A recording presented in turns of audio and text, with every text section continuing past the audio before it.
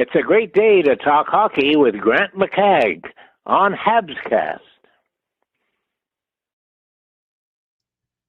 Oh, a great day to talk hockey for the second time today. I'm going to have a beer tonight. Good man. I did in the last game. I'm trying to behave myself.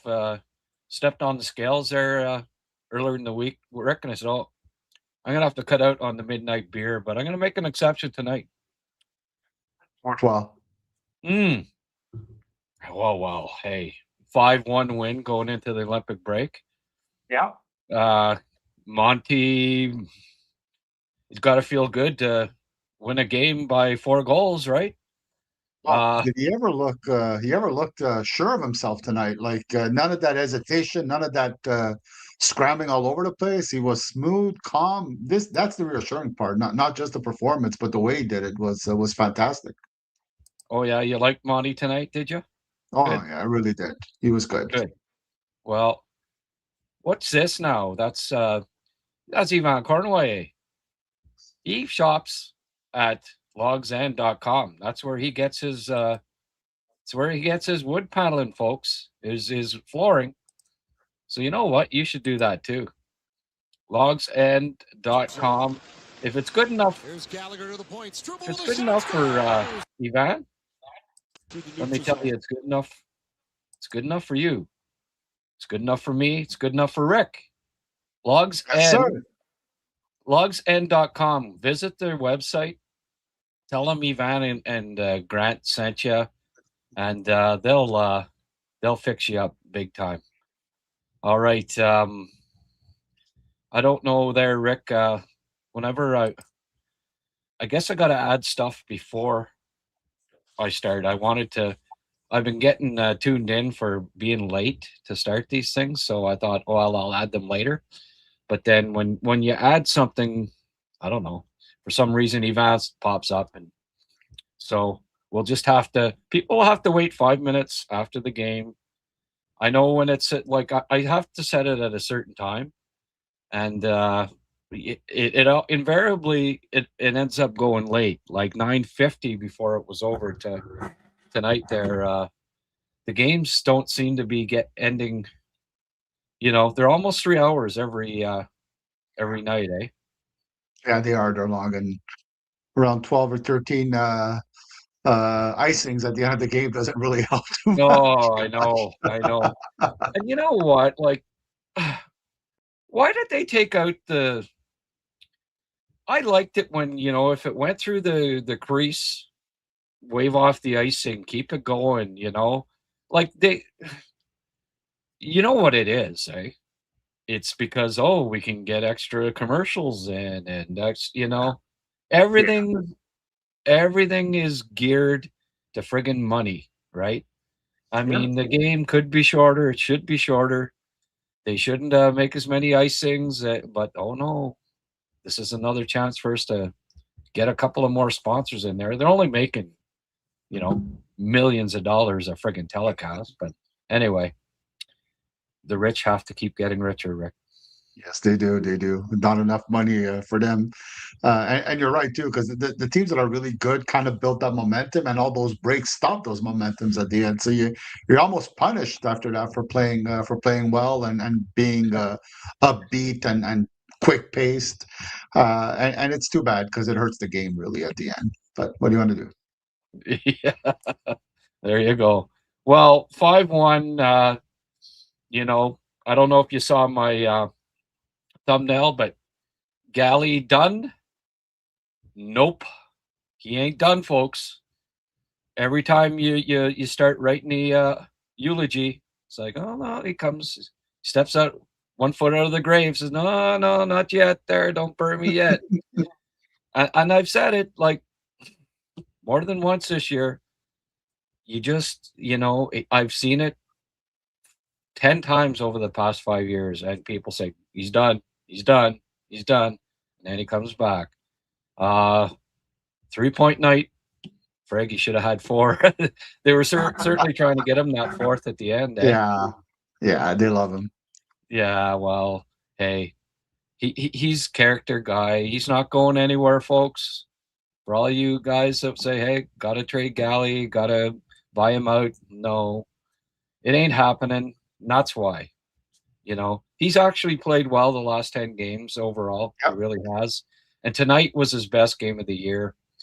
Those 2 assists were both really, really nice. The Karam pass was really good. And he made a bunch of other plays. Paul texted me during the game. He's at the game. Yeah. He went he went from St. Paul to Winnipeg. Doing the hop there. Ice. The only ice that he's finding in Winnipeg's on the on the roofs. But yeah, he he was saying that Gally's made a really nice pass on that first goal, and he did both goals. And a really strong game from Kapanen again tonight. He didn't get an assist on that goal that Gallagher got the second assist on, but he made the play behind the net, got it up to Galley, and Galley made the nice pass, and Hudson with, he snipes some really nice short side goals. He's had a few of those now, eh? He just needs you just give him this much room, and he can fit it in there on the short side. He's had a few like that in his career already. Something else, like he makes plays with not facing the play, or he has his back to the play, or his hands are like crumbled in, or he's got he's on this offside. He just any angle, any kind of position, he finds a way to get a shot out, and it's always impressive. And I'm always like, man, our opponent's going to be tired of being caught off guard. Shouldn't you just always be on guard when he's on the ice? And then you kind of he still catches them by surprise. And he said he wanted to improve his shot, and boy, did he ever improve his shot compared to last year. He's getting them to the net and pretty good velocity, and it's not a killer shot, but he aims it well. He gets it through traffic. He gets it to the net, and he creates opportunities that way. And when he's close, boy, he could really pick his spots. So it's just one of those games today where everybody who could give you something gave you something. And another thing too, it's fun to see the bottom 6 guys really step up tonight. We haven't seen too much of that this year, and tonight, well, the bottom 6 guys were really, really good, and that's a big plus for Montreal, and as they get into the long break here. Yeah. Well, I guess they got a bit of a vote of confidence with Hughes not picking up nobody for the bottom 6 at the trade freeze, at least. Fairly quiet today. The Panerin deal. What did you think? Seemed like a bit of all the rumors. I would have held on to Panerin. I would have waited till the trade deadline. Why did they have to pull the trigger now? I'd be shocked if they wouldn't have if they'd have waited till March 6th. Between now and March 6th, that they wouldn't have got a better deal, a better offer than a third, a fourth, and Liam Greentree. What do you think? I was thinking about that too, and my only look, I'm not a big fan of the New York Rangers organization or management. I don't think they're really really good at what they do, to be honest with you, bluntly. And I think a lot of the followers of the Rangers are not impressed. The only explanation I have is that with Panerin basically supposedly having said it was Los Angeles or nothing in terms of extensions, I don't think he was getting any offers that made sense. And I think maybe their thought was that, with Los Angeles kind of starting to sink a little bit and dangers of not making the playoffs, was there a risk that they were going to just not go for Panerin at the end because they're not in the playoffs and they didn't want to give up those assets? It's the only vague explanation I have, and it probably is not a very good one, but I can't think of anything else than that, why they would go so quick and not wait a little bit more. Yeah. Okay, well, that maybe. Oh, here we go again. Back to Ivan. I just downloaded another thing, and it keeps taking up Ivan. I don't know why it does that. So what did you think of the Gavin McKenna news today? Kind of From all reports, his parents were there, his mom was there, apparently. Yeah.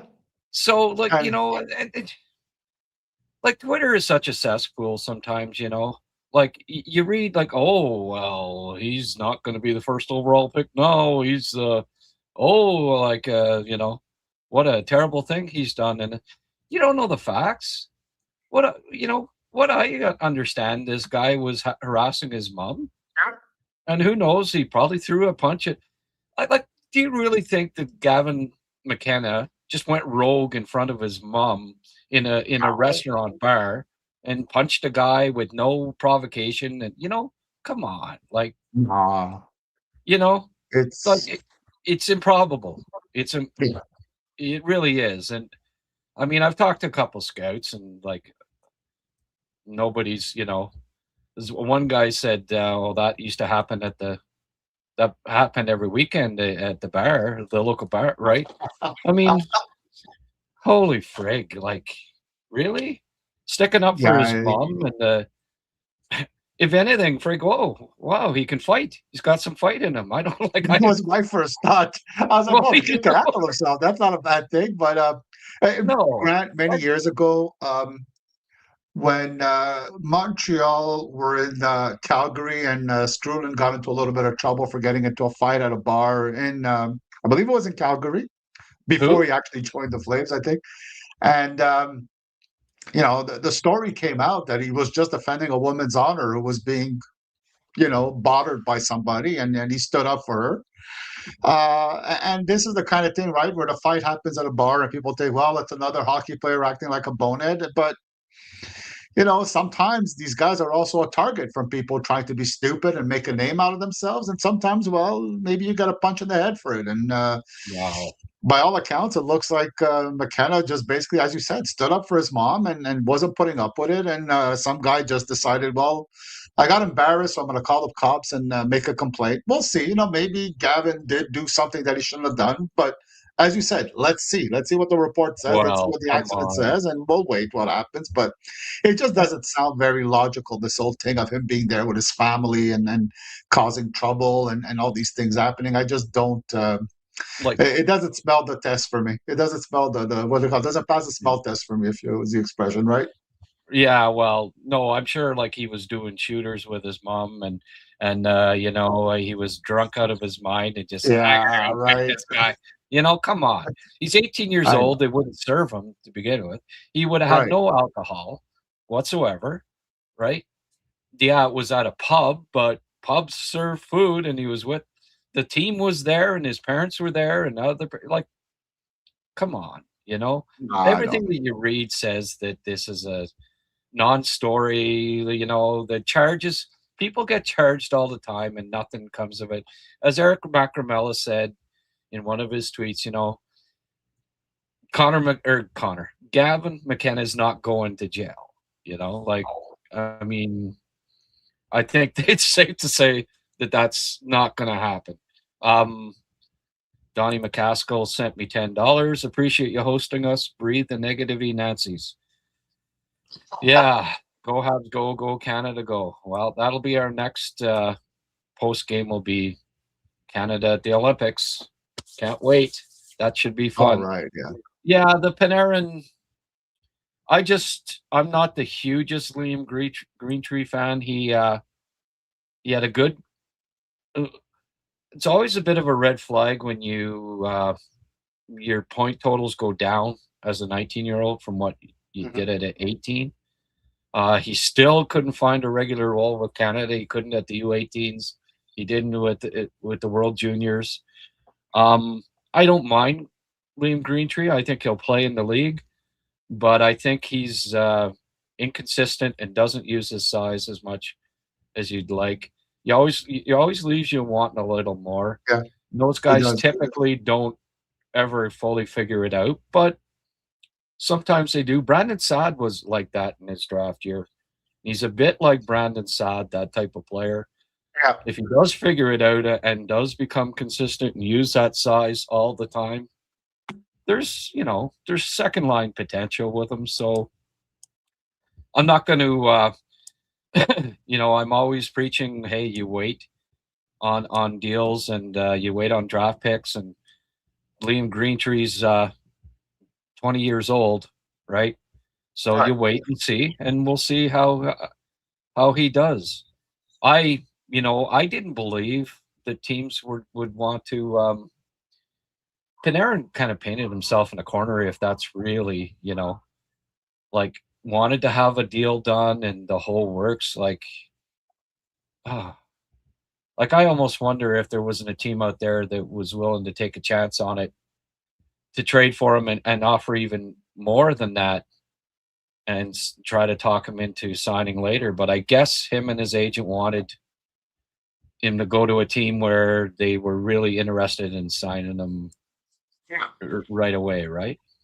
Yeah, that's the impression I have, and it's hard to tell because uh, teams will feed rumors to agents to try to drum up interest for a player. So they were talking about 6 or 7 teams at one point, like right before he was traded.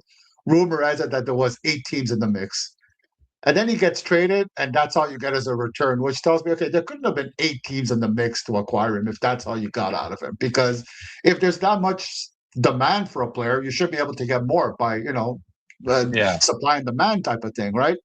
So that tells me that there was just either not a big interest in Panerin or just not enough teams were willing to give up too much for him. Yeah.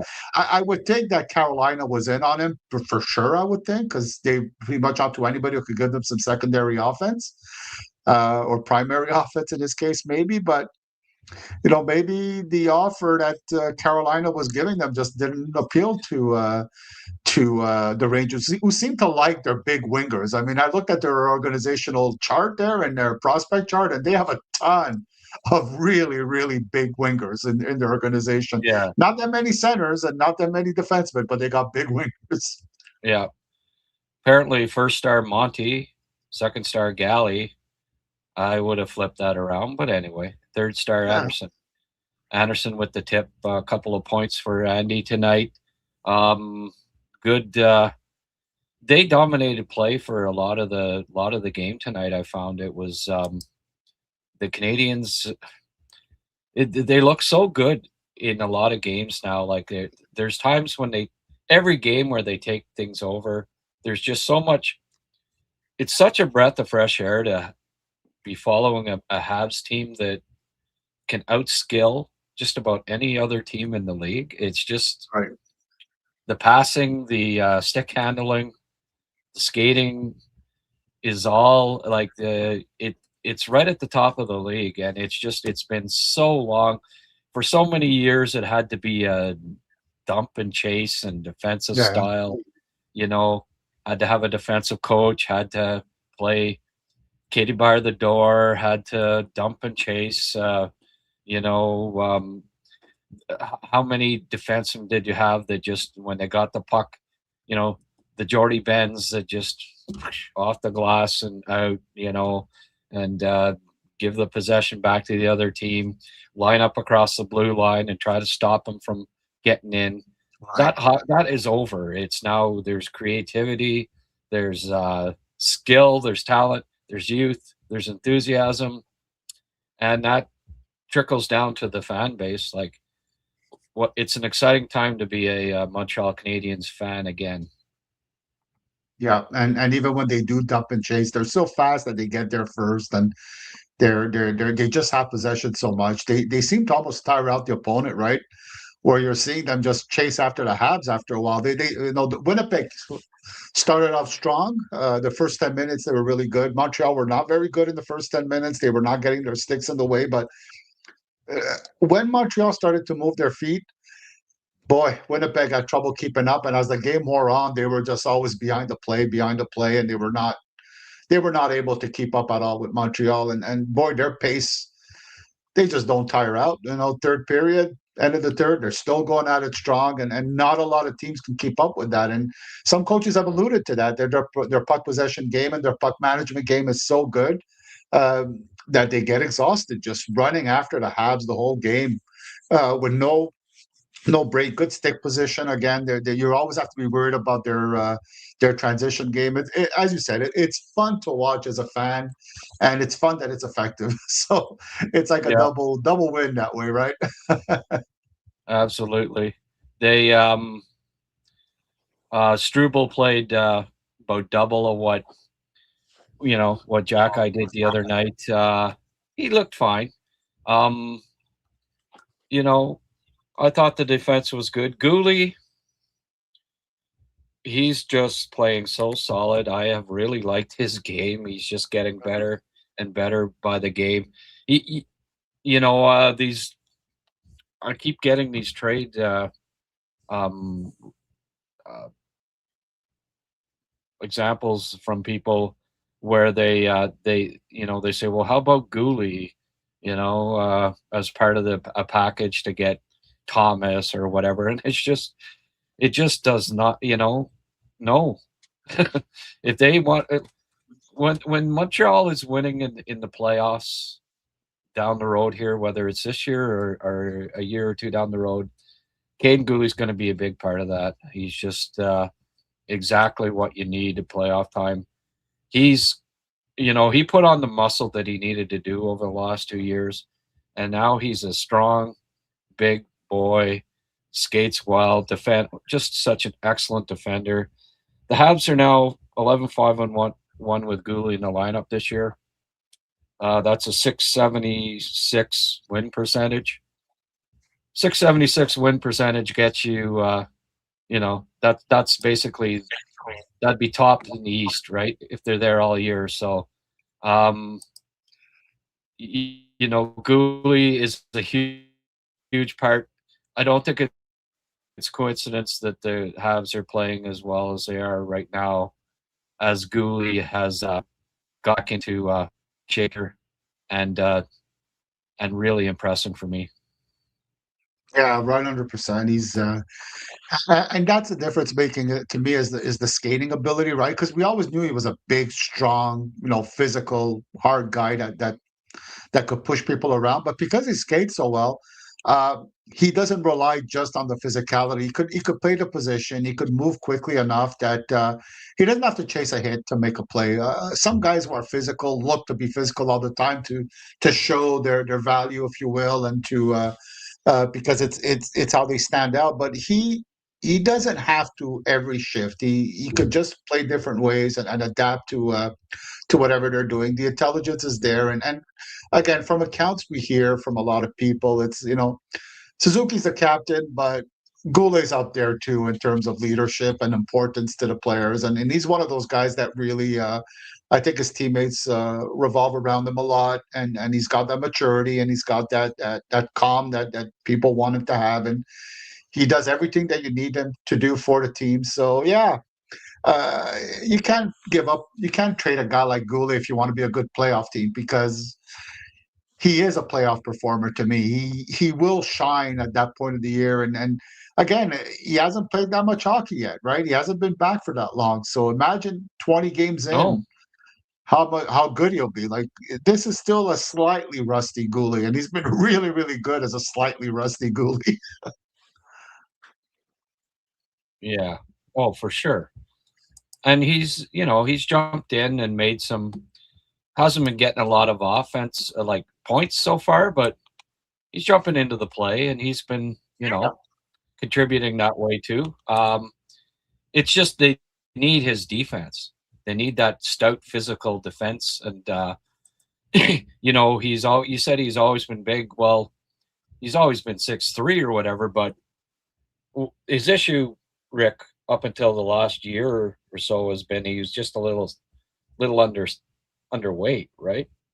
And he's finally putting on the beef that he needed to keep playing the physical style he did, because I think it's resulted in some injuries in the past where Yeah.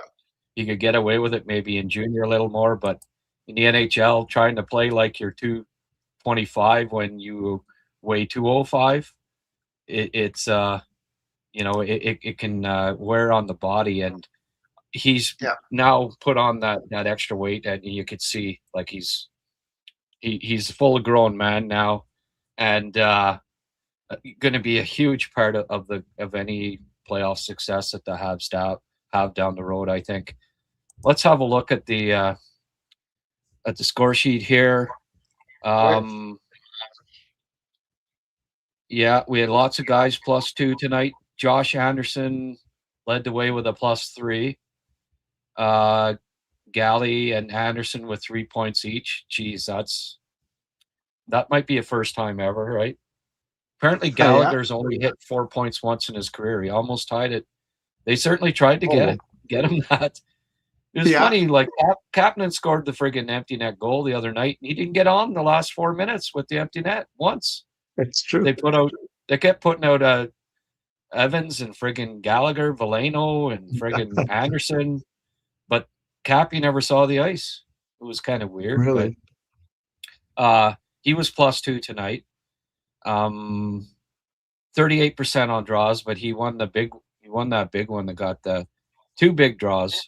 I think sometimes percentage isn't as big a deal as if you win the important ones. Right. Veleno took 9 draws tonight, 67%.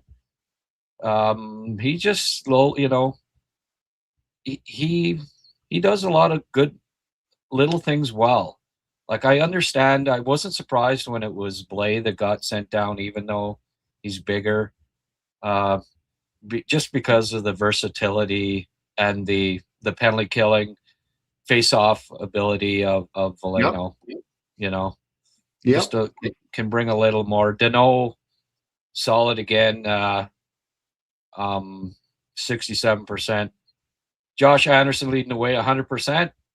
Okay, well, he only took 1, but Evans only took 7 draws tonight, 43%. What's the surprising stat? That is the surprising stat to me. Veleno took more face-offs than Evans. Wow. Well, when it's in the on the left top face-off dot, they give Veleno a lot, and it depends. I guess it's situational, right? Right. When it's there, he ends up taking it.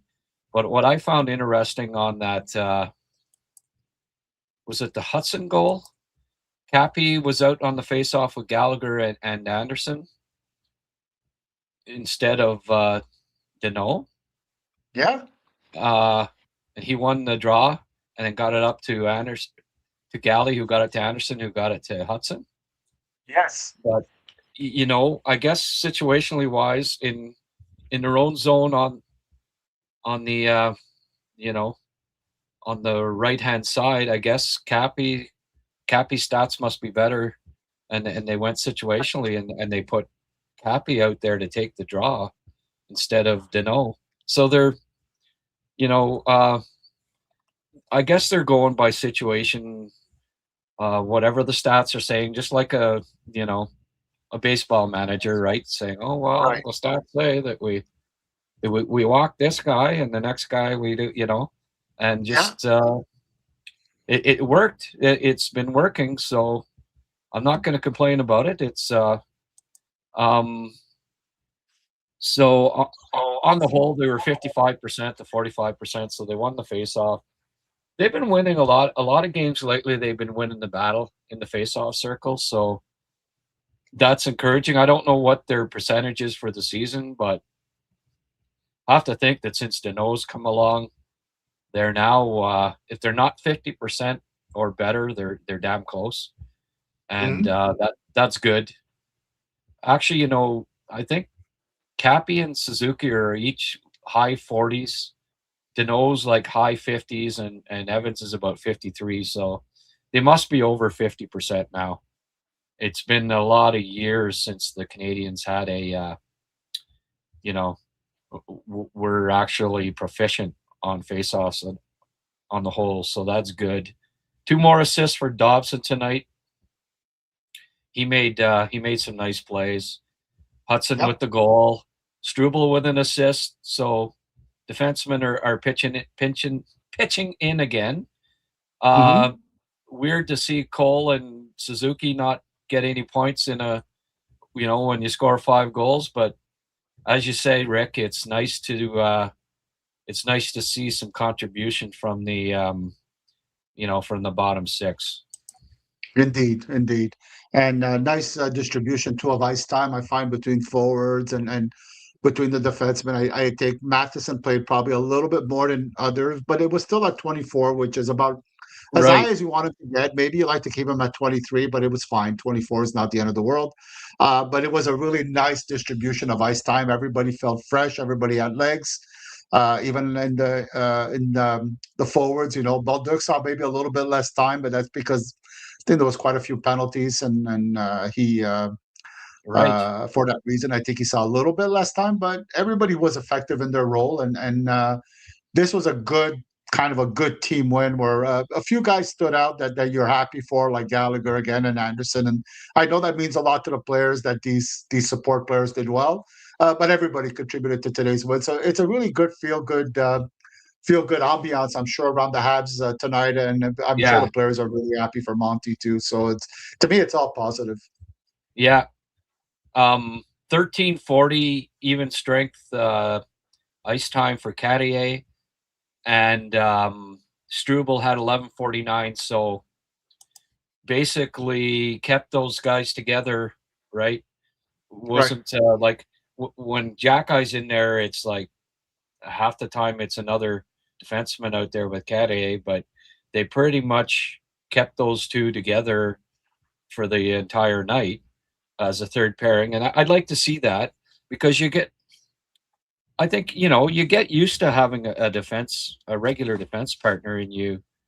I think it's optimum to have three pairings that play together, all the time, except for special teams and what have you, right? Yeah. If you want to double shift the top unit or whatever, but keep the three pairings the same and get them used to playing with each other, right? Right. I like the switch that they did with the pairings. Like, I think Matheson and Guhle's a good pairing. I like Dobson with Hudson. That might end up that could work. Like, those are the top four, right? Those are the four you want. Yeah. You don't want Carrier in the top four. You want him on the third pairing, and then out him and Matheson. I guess they like those guys as the main penalty killers. I don't know. I mean, they're at the bottom of the league in penalty killing. I hope eventually here it becomes Guhle that kind of takes Carrier's place on the. I'd like to see Guhle out there with. Geez, that's the problem, eh? You know what? I think they need to get another big right defenseman that can play with Guhle, and that can be your top shutdown penalty killing pair.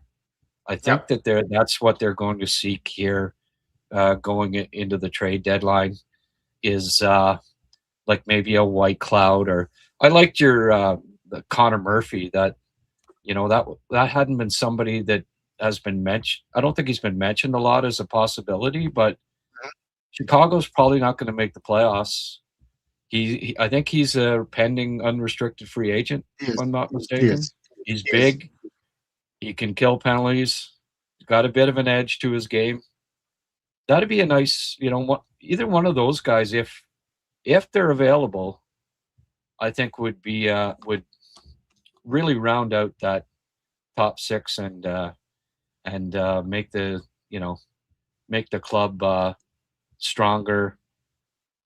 I mean, you got to give marks to Matheson and Carrier for how hard they try on the PK and stuff, but I think it can be upgraded, and we'll see. I mean, the penalty kill, like I say, is like 27th in the league, and if you want to win at playoff time, it's got to be better than that, or the power play will kill you ultimately.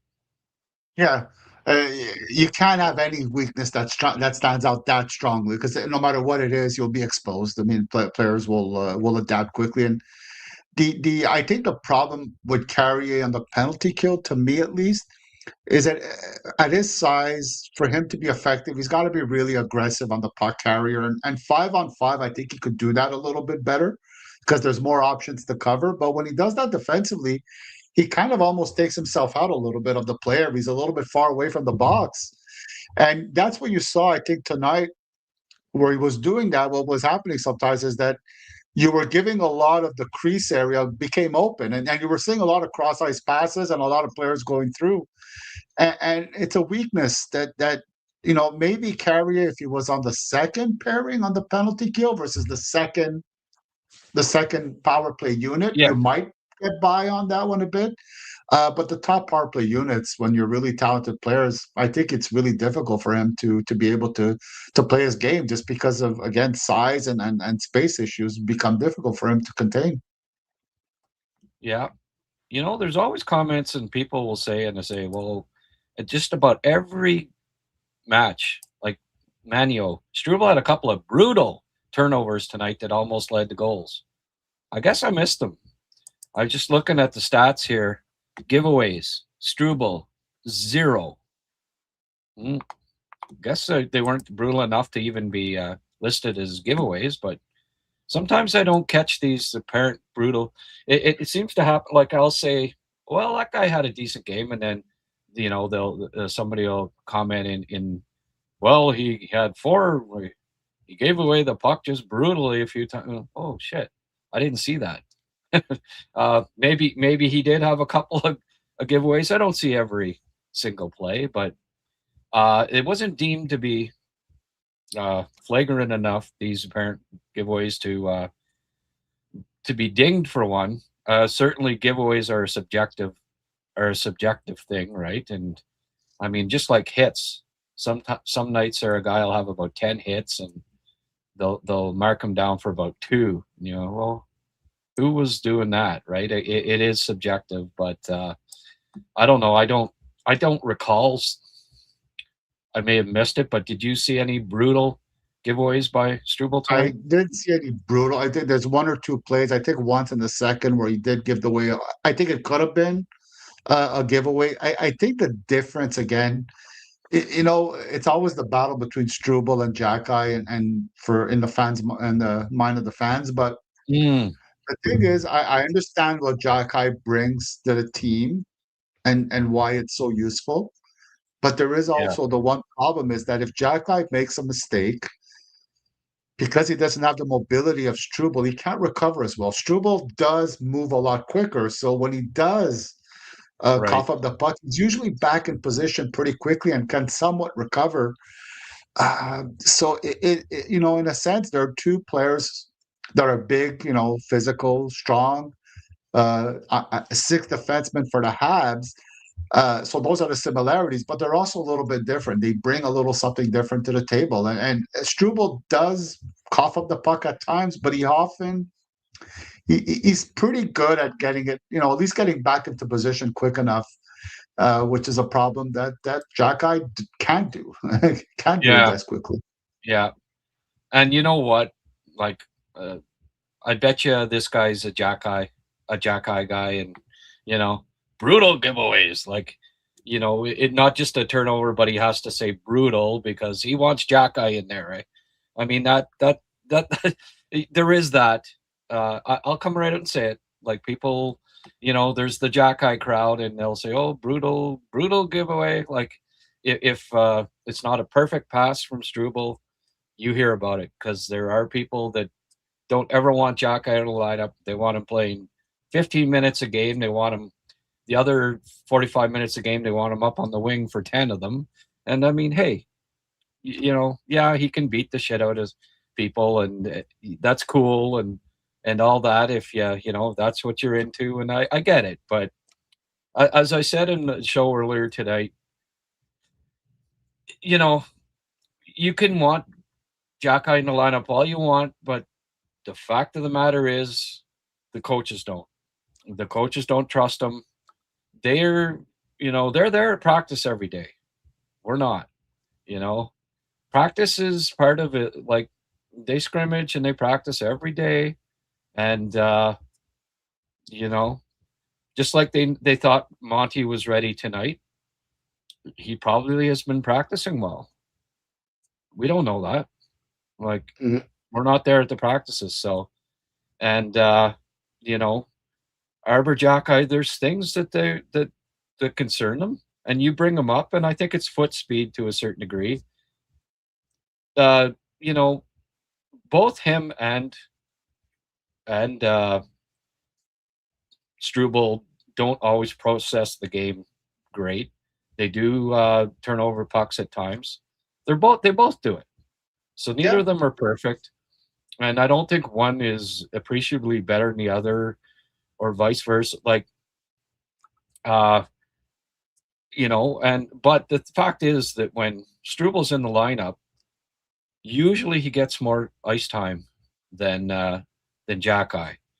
So I don't know what that tells you necessarily, but it just, for me, it's telling me that they ideally, I think, want to get another defenseman at the trade deadline here that they trust a little more than those two guys, because I don't think, whether we like them or not, it doesn't matter. It's what the coaches like, and I don't think that they fully trust Arbor to play, And then even last year in the playoffs, they were playing against big physical team like Washington. He sat out 2 of the 3 games, and in the games he played like 10, 11 minutes a game. So, I don't know that the club thinks, well, that Arbor needs to be in the lineup at playoff time. I mean, the pace even picks up even more. It's crazy good hockey at playoff time. I think they're going out to get another defenseman. Not that I necessarily agree with it, but I think, the coaches don't trust Arbor and Struble enough, and because of that, they're going to pick up a vet somewhere. I really think so. Too is I think we have to manage expectations a little bit. Like, there's 6 defensemen for a reason. Go around the league and go look at who every team's 6th defenseman is. Your 6th defenseman is going to make more mistakes. He's going to cough up the puck more. He's going to be a little bit more limited. There's going to be a problem, because that's what it is. It's your bottom, your 12th forward or your 13th forward is your 12 or 13 forward for a reason. They're going to have something about their game that's a flaw, and that's a problem. I mean, people sometimes are critical of Veleno because of his lack of production, but he's your 13th forward basically with Montreal, or your 12th forward with Montreal. There is a reason why they are. So when you look at it, kind of try to keep it from that point of view sometimes, and maybe be a little bit more understanding of their shortcomings because of who they are. Yeah, for sure. Oh, somebody's saying Pareko. I think the price would be kind of high for him. That's why I don't know. Yeah. And I don't know that they'd be wanting to get rid of him either. Oh, Mr. Paul, 50.7, 12th on faceoffs. Thanks, Paul. Thank you. 50.7 is 12th. Jeez. So there's 5 teams between 50 and 50.7. That's how close it is. That's crazy. Yeah, it's crazy. Or maybe not. There, I guess the 16, 17 team could be below 50%, I guess. The top 12 or top 5 could have higher, I guess. But yeah, I mean, but it just goes to show you how close it is, And here, was Jackeye, wish Jackeye was afforded the same leash. Well, and I'll keep bringing it up, do you really want Jackeye out against top lines and playing 14 minutes a game? I think we already do see him being exposed to a certain degree when he's protected like he is. If he wasn't, I don't know that it'd be better. Maybe he would be better with more ice time and out against, it wouldn't matter what lines he's out against, but there's a reason why they don't put him out against the McKinnons and the McDavids of the world. I trust Robidas and Marty knowing what they're doing there, and not us fans necessarily. Regarding yesterday's topic, what do you think of McKagg? See a good target. Yeah, I don't know.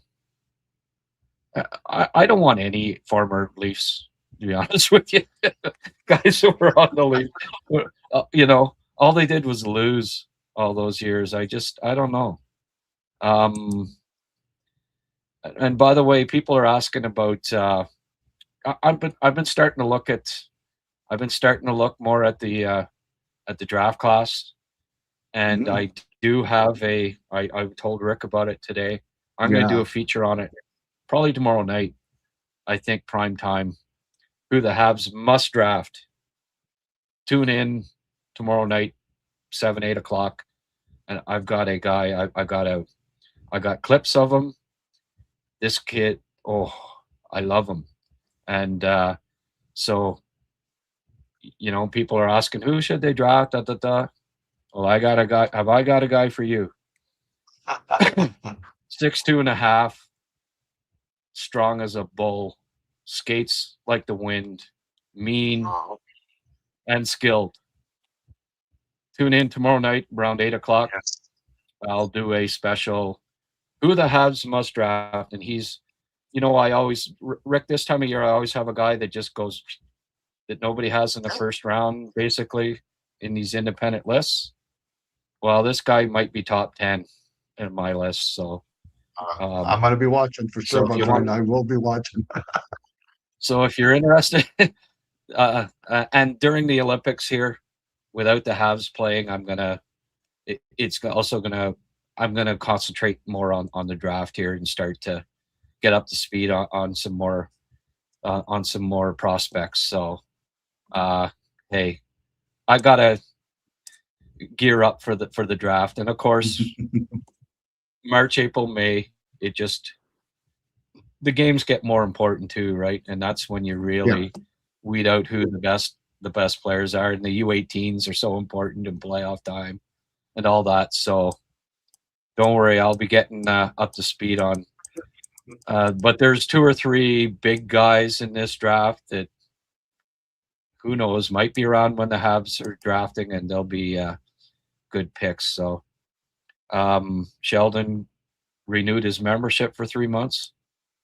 Thank you, Sheldon. He was at the game. Awesome. I think it says they're just leaving the game. Right on. So this guy here, he's at the friggin' hockey game, and as he's leaving it, he takes a membership for 3 months. Jeez, what a guy, eh, Rick? Awesome. I hope that makes a few of you feel bad. Hope that makes a few of you feel guilty. Hope we can enjoy your HabsCast for years to come. Mark, $2. Thank you. I had a sponsor get back to me today, said I'm going to call you early in the week. So fingers crossed that I got another sponsor here. I really need one more, and then I'm laughing. Well, Rick, what else? Anything else you want to add about tonight's game? I guess I think we touched up on everything, man. It was just a good win for the Habs, as I said. Everybody contributed. A lot of feel-good stories around the team, I'm sure. Guys are going to be going on vacation with a smile, and some guys are going to be going to Italy with a smile. So all good all around. Do you think Monty was inspired when he saw David Savard, how good he was in nets there today? He said, geez, I better be good tonight, or I might be losing my job. Hey, David Savard was such a big piece for the Habs in the dressing room, so he probably had a little talk with Monty and told him, get up back on your horse, buddy, and you got it. And did he ever have it tonight? He was really good. And again, it's not just that he made these spectacular saves, but to me, I just felt like he was fluid, he was solid, he was dialed in. Nothing looked too difficult, nothing looked too erratic. He looked like he was really focused and calm and in control, and that's what's the important part. Sometimes it's the process that's more important than the results, and the process was fantastic for the Habs. Yeah, for sure. I just downloaded 3 goal clips that I'll play here after we let you go here, Rick. So thank you so much for coming on. Thank you, Brent. I know you got early morning as always, right? You got to go to work, Yeah. right? Yes, sir. Yes, sir. Okay, my friend. I'll let you go. Thank you so much for joining me Brent. tonight, and have yourself a good night's sleep, and get rested up. Get rested up for the Olympics. Are you going to? Do you like watching the Winter Olympics? No, I like watching some of the stuff I don't usually get to see. I love the downhill skiing stuff, and then the slalom, and then all that. That's a big part Yeah. of the Olympics for me, and it's in a wonderful, The wonderful compulsory. country of Italy. So my people are going to be representing there. Oh, there you go. The compulsory ice dance. You never missed that. Compulsory ice dance. You never missed that, Rick? Not for me. Not for me. Unless it's Italian couple, eh? Yes, Yeah. that's All it.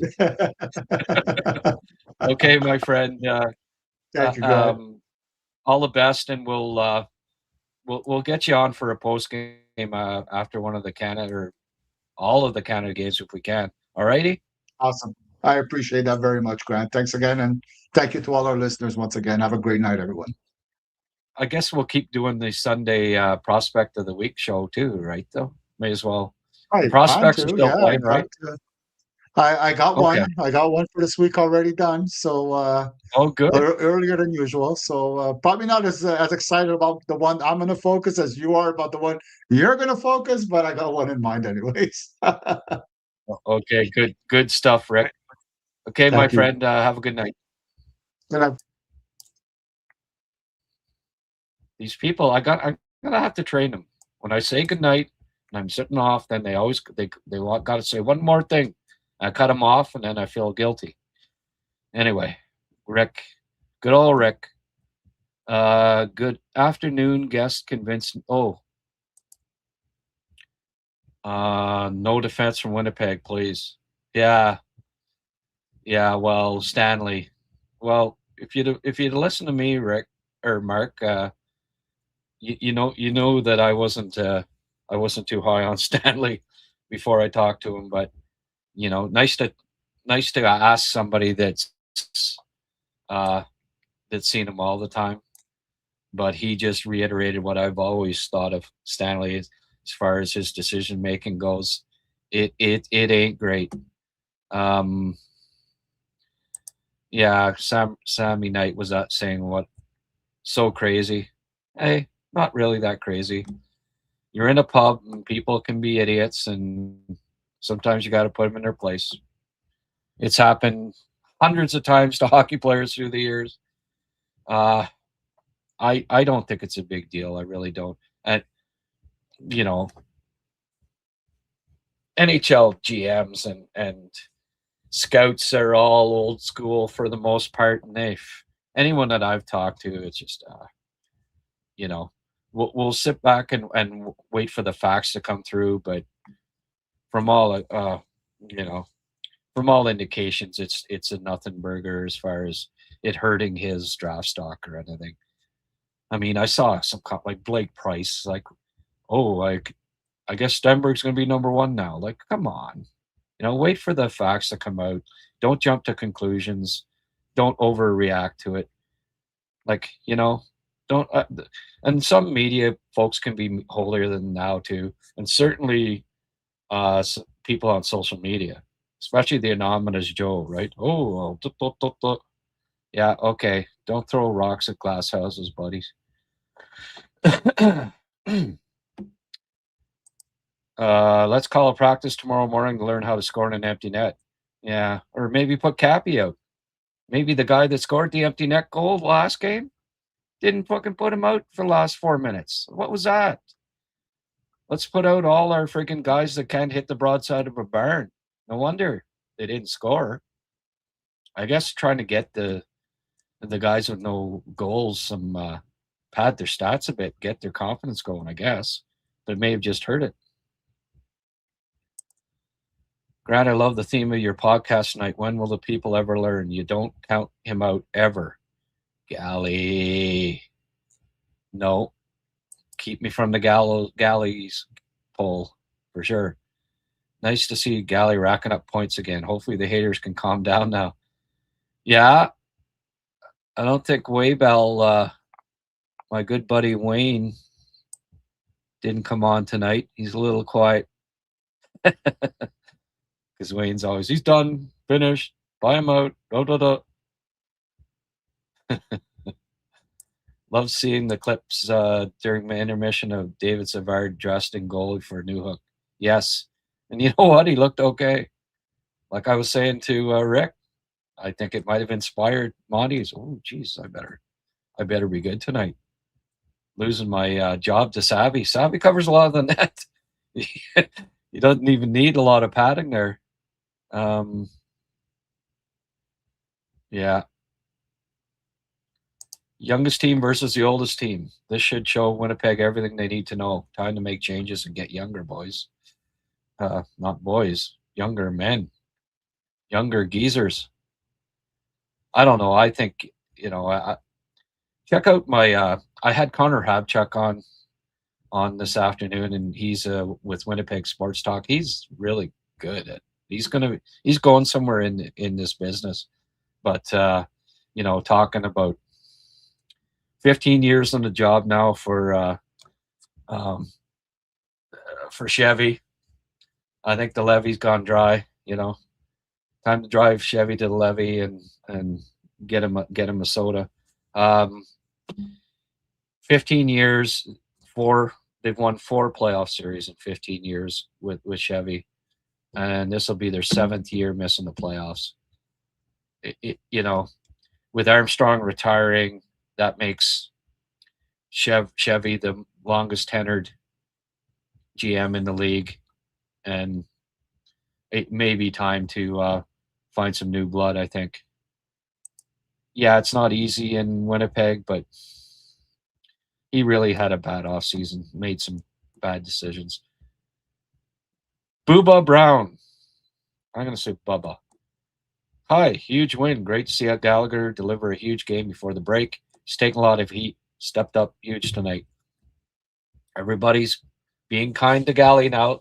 Hey, I guess that's how you got to do it, right? Critique when they suck.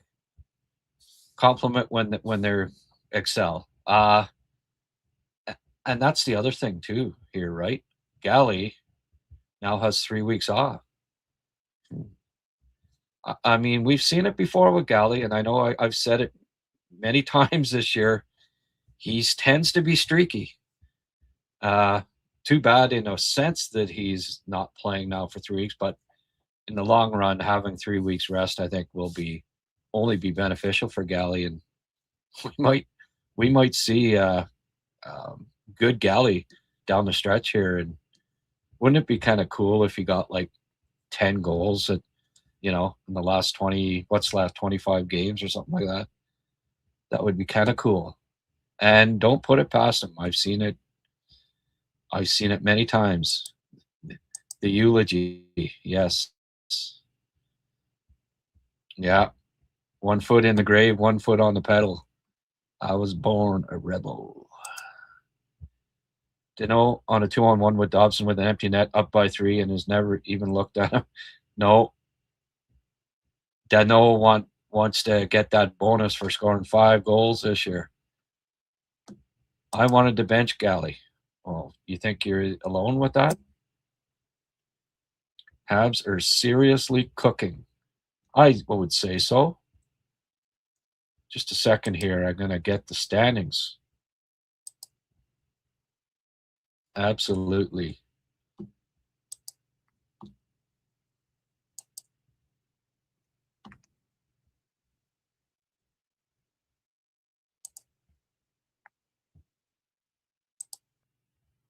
Tampa Bay got a 4-point lead on the Habs. Detroit's losing tonight, 2-0. Go Bear, go Utah. I think Utah hopefully holds on to win that one. If they do, Habs basically are alone in second place win percentage wise. Buffalo 2 points back, so they're a little behind in win percentage. So the Habs are back in second win percentage wise in the Atlantic, which is nice, but still pretty tight down below. But Boston lost tonight,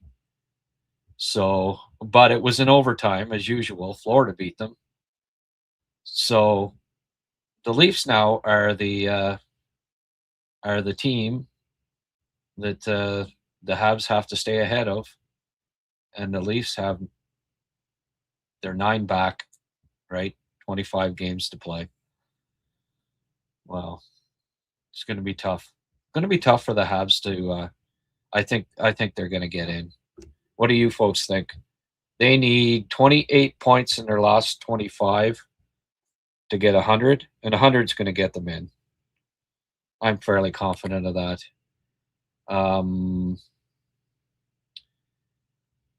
So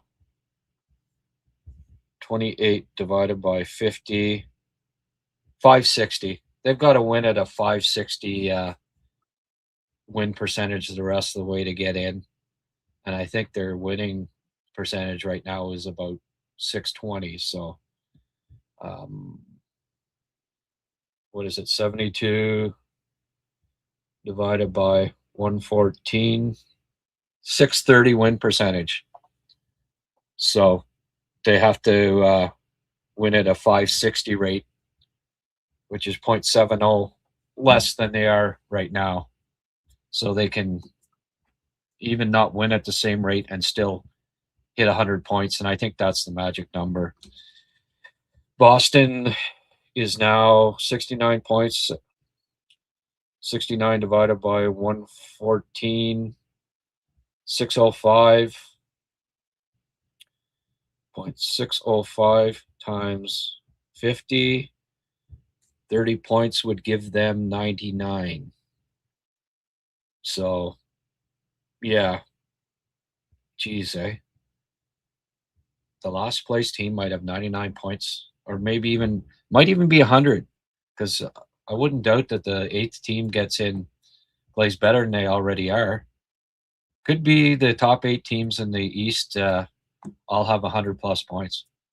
Anyway, I think 100 will get them in, just to be safe. 102, even there, they're on the pace to hit 102 points now.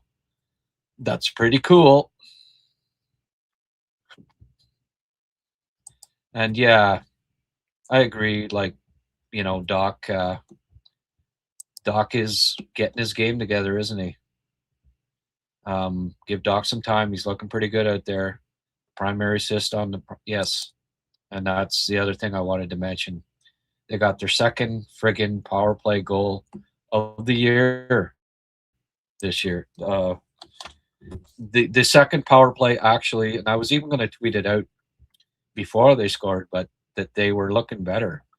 And I was going to tweet it out during that shift, and then they scored. Second goal this year for the second power play unit, which I think is that's mind-boggling, but it looked better. Well, hey, they had Guhle on there, so how could you not? How could the power play unit not be rocking with big bad Guhle out there? Hudson with 10, yeah. You wouldn't have thought that after 20 games that he'd have 10, but he got going. I think that, considering parity in the Atlantic, Habs may need a few more than 98 points. 104. No, but with the pair, don't forget all these teams play each other. And I don't think the script of Muslik, I don't think that it's a laughing matter. You're saying parity in the Atlantic?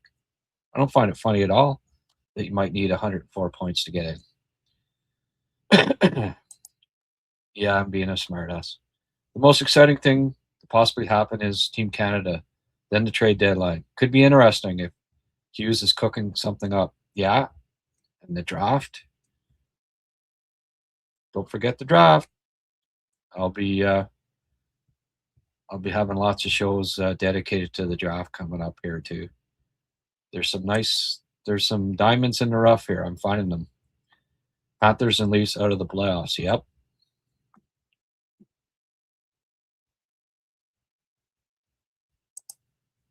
In March, the Habs play 4 back-to-back games. Yeah, well.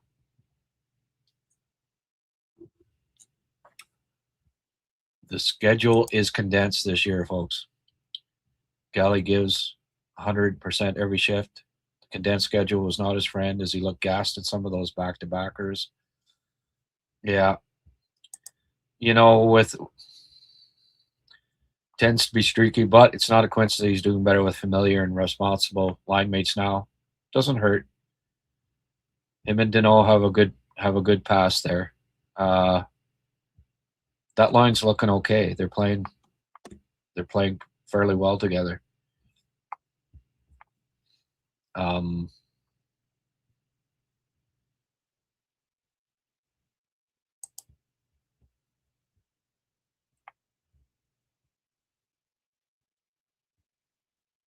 Yeah. The empty net had more saves than Hellebuyck. Just move. Hudson would probably be the first out on the ice to practice open net shots. Yes. True. Get Savard in there, saving them.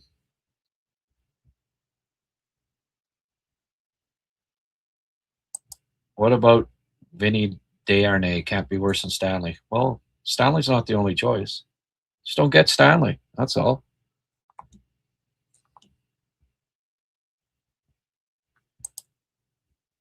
I don't mind valid criticism of Guhle, but the personal contempt, no, I know. The people have gone overboard. Those fans can go suck a lemon. Yep. And that why, people, you got to wave them, you got to buy them out. They're just not doing that. They aren't. You don't do that to the Brendan Gallagher, the face of the franchise of the past 15 years. You just don't. He's worn a letter for what? Friggin' decade almost now? You don't do it. And what happens? He freaking has a game like that, and then people, oh, you look good.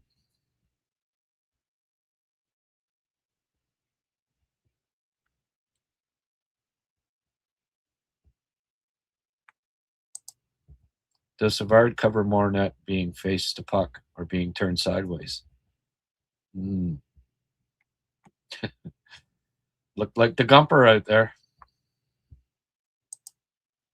It was nice to see the Habs win in person. Go Habs, go. Oh, yeah. Geez, there were a few people. We had a few fans at the game tonight that are regulars on here. Pretty cool. Habs picking 31st, Grant. Oh, I hope they're picking 32nd.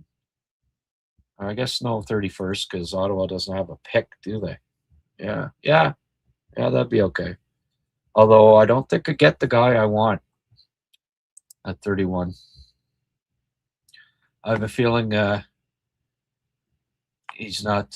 Well, I know the NHL guys are onto him now. Frig. Of course, they didn't tell me. So, have you seen this guy? Yeah, I saw him a couple months ago. Oh, okay. And of course, independent guys don't have him. I haven't seen him in the first round of anything, and he could be top 10. So tomorrow night, 8:00. You don't want to miss these clips. This guy is going to make you go, whoa, we need him. A strength of Struble over Jaka was shown on his assist. Received the pass and quickly got a hard wrist on net. Jaka shoots hard but struggles to get shots off on net or through D. I agree with that. Yeah.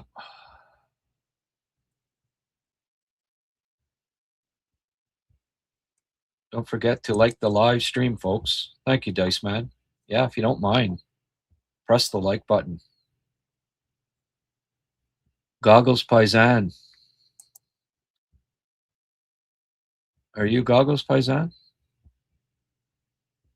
Oh, is Goggles on here? There's Goggles.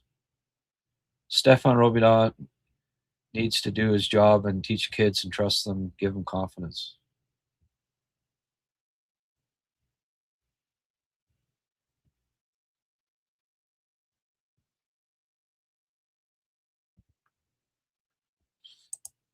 Yeah, but it's not like that all the time, Francois.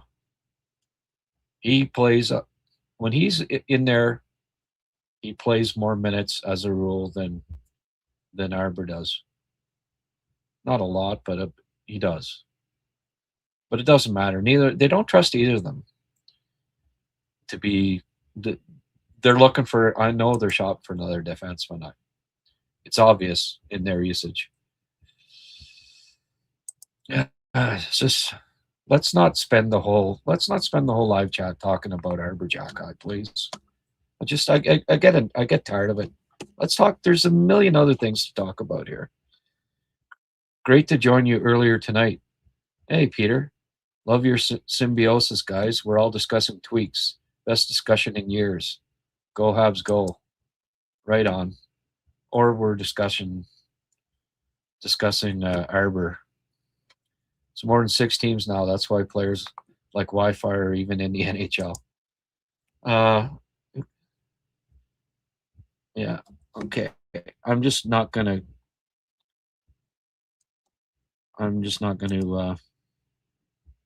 We've talked enough about Arber. I won't be clicking on any more comments about him.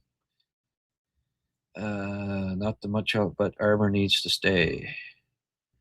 I don't think anyone's saying that he needs to go. He ain't going to be in the top 6 come playoff time. I don't believe that's what that's not what the tea leaves are saying when I read them. Not saying I agree with it, but it's just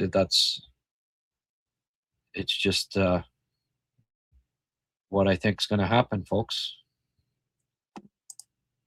I know you haven't scouted draft prospects very much. Well, quite a few this week. I'm not going to ask you for all your scouting report, but what have you heard? Well, I've watched them. I've got a good scouting report on Smiths. I'm gonna put a bunch up on my website during the or on this channel. Scouting videos. You're gonna start seeing a bunch, and on Patreon too. That'll be exclusive to my Patreon members. Smith's top 5. He's a stud.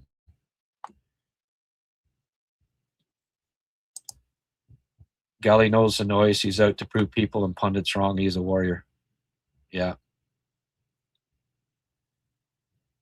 VDoc says Andy's been pretty good all year. Yeah, I agree with that. PK is way too passive compared to other teams that pressure the puck. Yeah. I put something together, and I'm going to put that out on my Patreon page about Evans on the PK too. Panthers did win in overtime, 5-4. What did you think of the hit? Vilmanis just comes up to the big league and he throws a hit. I don't know. It looked a little high. Let's have a look at the goals tonight, folks.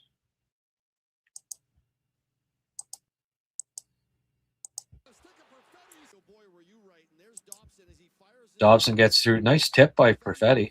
I like how Cappy, he was poised there, right? Dug the puck out. Of course, in the right spot. Got the puck and had the poise to grab it here, give it to himself, get away, stick it in the open net. Nice goal. Anderson. Andy with the nice tip. I thought Strubes had scored one, but no, nice tip by Andy. Good for Strubes to get that through. And then this was the nicest one. Nice play by Guhle up to Anderson, and then top cheese. He has scored a few like that this year, right? Since he came into the league. Hudson just finds that top corner short side over the shoulder. It's a beauty. Yeah. Donnie wants Parayko. We'll see. I think I don't know that he'd be available, and it would be like Thomas, you're going to have to blow his socks off. The last 4 games that Hudson and Dawson together, 11 points and plus 14. Yeah. No, I like that pairing. Keep those guys together.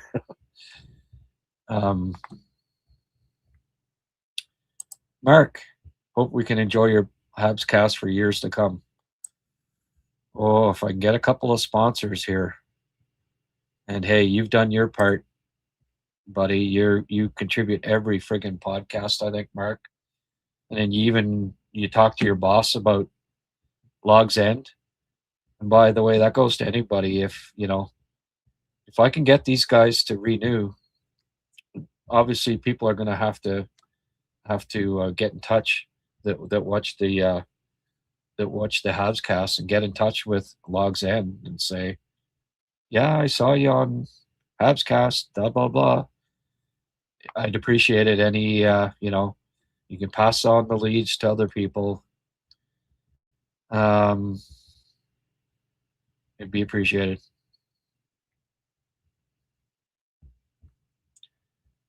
A win is a win.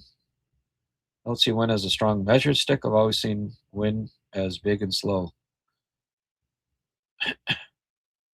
A win is a win. I don't see win as a strong.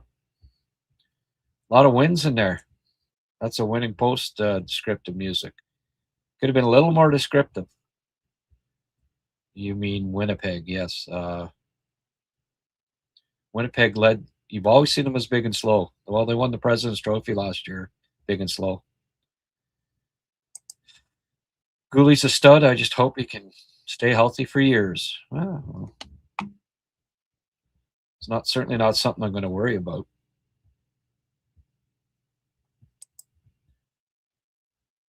But if he gets hurt again, he gets hurt again. Then deal with it then.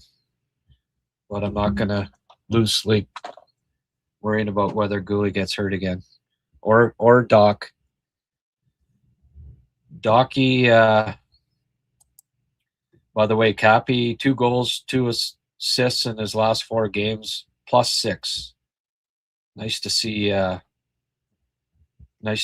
that plus minus get up in the positive for a guy that for a rookie center that has to play against other teams' top lines. That really is impressive.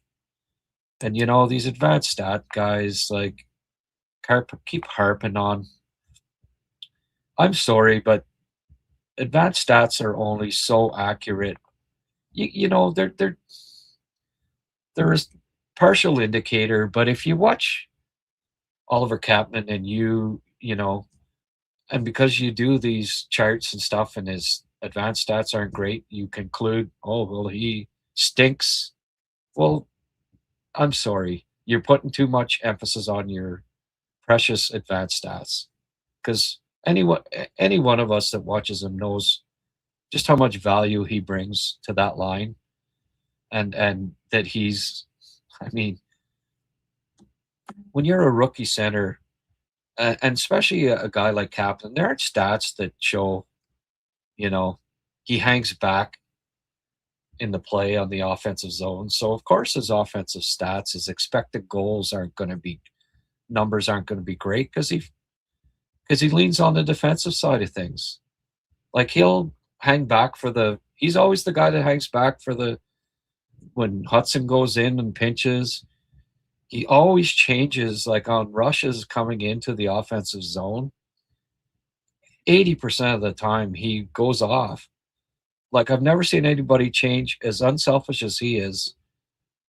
Typically, you've got a 3-on-2. You're 30 seconds into a shift. Cappy goes off because, get a fresh team first. Well, there's no advanced stat that's going to give you a good mark for that because he doesn't get in on the offensive chance because he's unselfish. So how do you measure that with expected goal percentage and all that? You don't, because if there is a player that these advanced stats don't really accurately portray. It's the defense first center that just you know, he's a rookie 22-year-old going out against top two lines, you know, and a lot of nights it's the top line. And yeah, they're going to get hemmed in their own zone at times, of course. He's playing with another rookie and Slav, who's 22. And, you know, they're going to get hemmed in. So then, the advanced stats, oh, well, doesn't look great. Well, you know, you have to look beyond the advanced stats for some players, and Kapanen's a good example of that. I mean, you know, 48% on draws as a rookie center, trust me, is really good.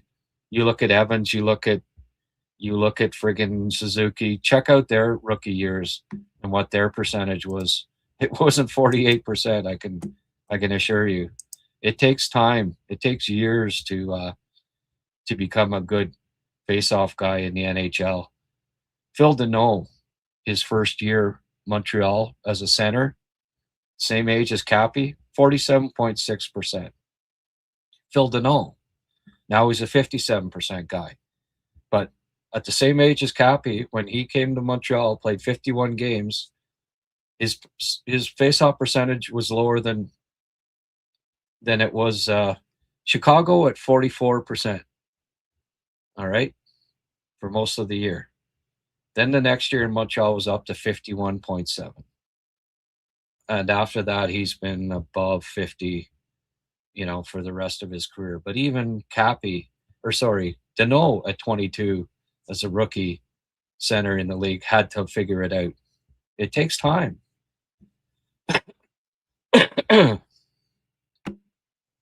But, you know, to have 18 goals, to be tied for the rookie scoring lead, and as a center, you know how often a center leads leads all rookies in goals? It's rare. It's maybe once every 6-7 years. But then a center that also kills penalties regularly, that's leading all rookies in goal scoring, there's been 2 in the last 20 years. So it's just, I don't know. You got to throw these fancy stats out the window when it comes to Cappy, as far as I'm concerned, because it does not show the true value that he brings out there. He's just so smart. He really is.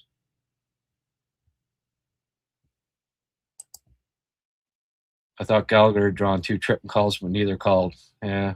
Remember Gallagher his first 5 years in the league? The rest were just horrible against him all the time.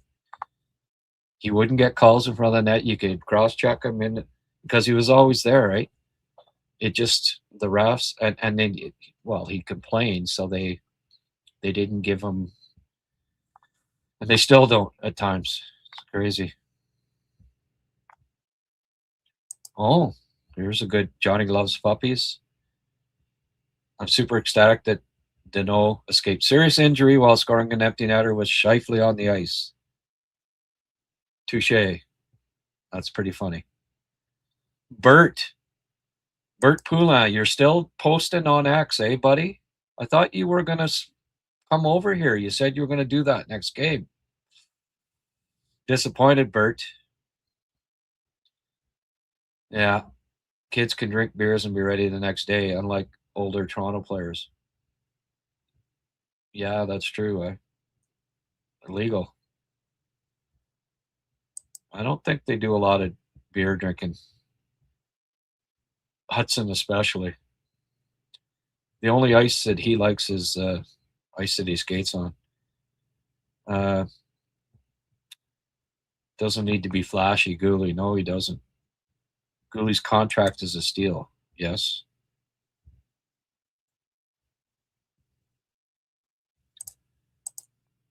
Guhle is and always will be a stud. Not only is he a playoff type performer, but he also allows the others to play in their right spot in the lineup. Yeah. Lest we forget when Edmonton Oil Kings went to the Memorial Cup who was the playoff MVP that year? Mr. Caden Guhle.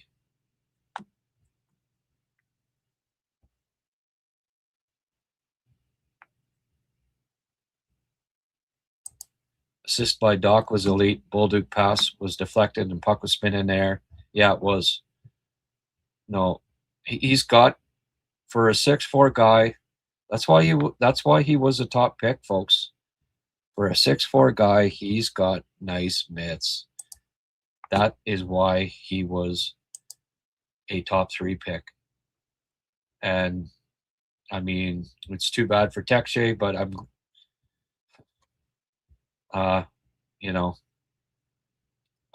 just like I'm not sad that Anthony Cirelli got injured and Sam Bennett replaces him. I'm not sad that Alex Tekshay missed a couple games here and Kirby got another audition on the top line, because I think he's the right guy to play with Suzuki and Caulfield ultimately. I just want to look at Kirby's stats here. By the way, Kirby turned 25 on my birthday just last week, or 2 weeks ago now.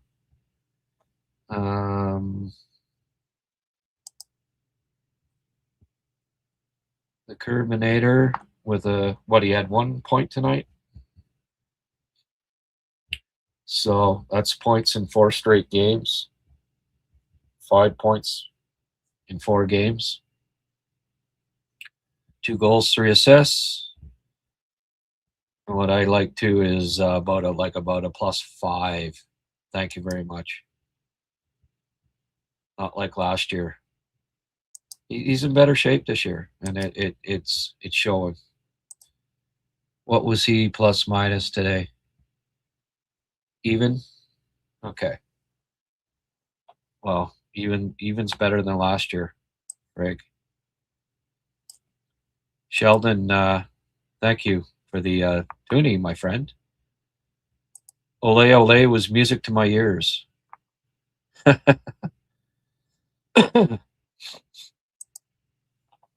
I expect a driven, angry Cole and Lane, chips on their shoulders, like Susie last year. Yeah, they'll come back wanting to prove something again there, won't they? Especially after the Americans lose because they didn't have enough goal scoring. And they'll be all wrapped up, ready to rock and roll. We can only hope, right?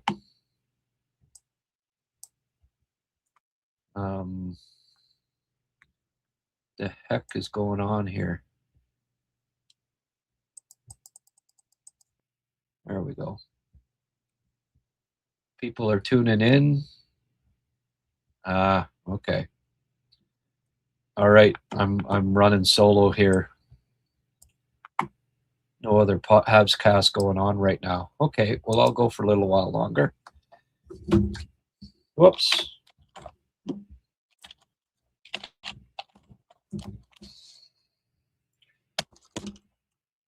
Just spilt some of my beer, folks. That's not good. I only brought one down today. All right. Daniel, you said you were going to $1.99 tonight. 99 cents tonight. Thank you, Daniel, for the Gretzky contribution there. There's a good stat. Jonathan, thank you. 1 point away. Dobson, 1 point away from last year's total. How do you like dem apples, eh? Our next game is versus Islanders. Got to admit, I'm curious seeing Schaefer in action. Still want to lose that game, though. Well, he's good. He is good. Maybe, though, our boy Demidov will be extra motivated for that, right? Just as Chris points out here, Doc's 24, pending RFA. Yeah. Well, hopefully he's motivated. Any chance King Crimson in the Court of the Crimson? That was a great album, eh? King Crimson with that scary face on the cover. If you've never listened to that album, late at night with the lights off, it's a dandy. I can remember when I was 13, Ottawa got the first FM rock station, and you start hearing, some of this music that I'd never heard before, and Court of the Crimson King. Like, wow. My headphones on, my basement bedroom when I was 13 years old. Wild stuff. Prog rock at its finest. Any chance McKenna de-opt to Haba after allegations? Haba daba do.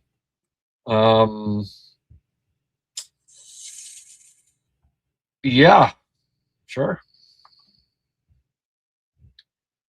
I don't think he's dropping one friggin' spot. In fact, I may have even cemented first place. Sticking up for his mom, breaking some drunken asshole's jaw. If the rumors are true, that's not going to hurt him. Trust me. Old school scouts and GMs. No, they're not going to. Oh, can't touch that guy. He sticks up for his mom. He's tougher than, he can fight. No. I read a lot of ridiculous comments from media members too today. Like, really, get a clue. There's a lot of holier now media members that just, you never played a lot of hockey, buddy. So, hypothetical question, Grant. If the Habs need to sacrifice a Reinbacher or Engstrom, who are you keeping? Yeah. I've answered that many times, Sil the Thrill. You know my answer. Dobson block and shot has been mentioned before on this podcast. Yes, it has. Thank you. Oh, he's he's leading like the league, or right at the very top in block shots. But Heineman, 1 point in his last 11. Somebody that's not,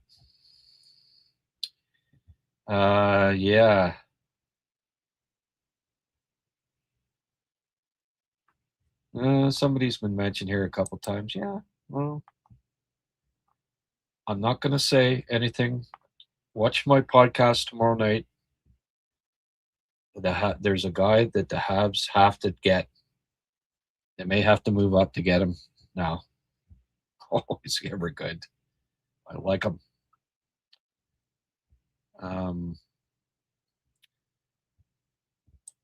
Donnie, yeah, you keep mentioning Thomas and Pareko, eh?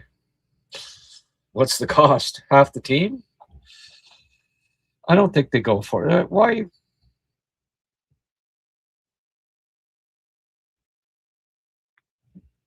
That upsets chemistry. You lose all sorts of, we're not mortgaging the future mantra gets thrown out the window. I just don't see it happening, Don.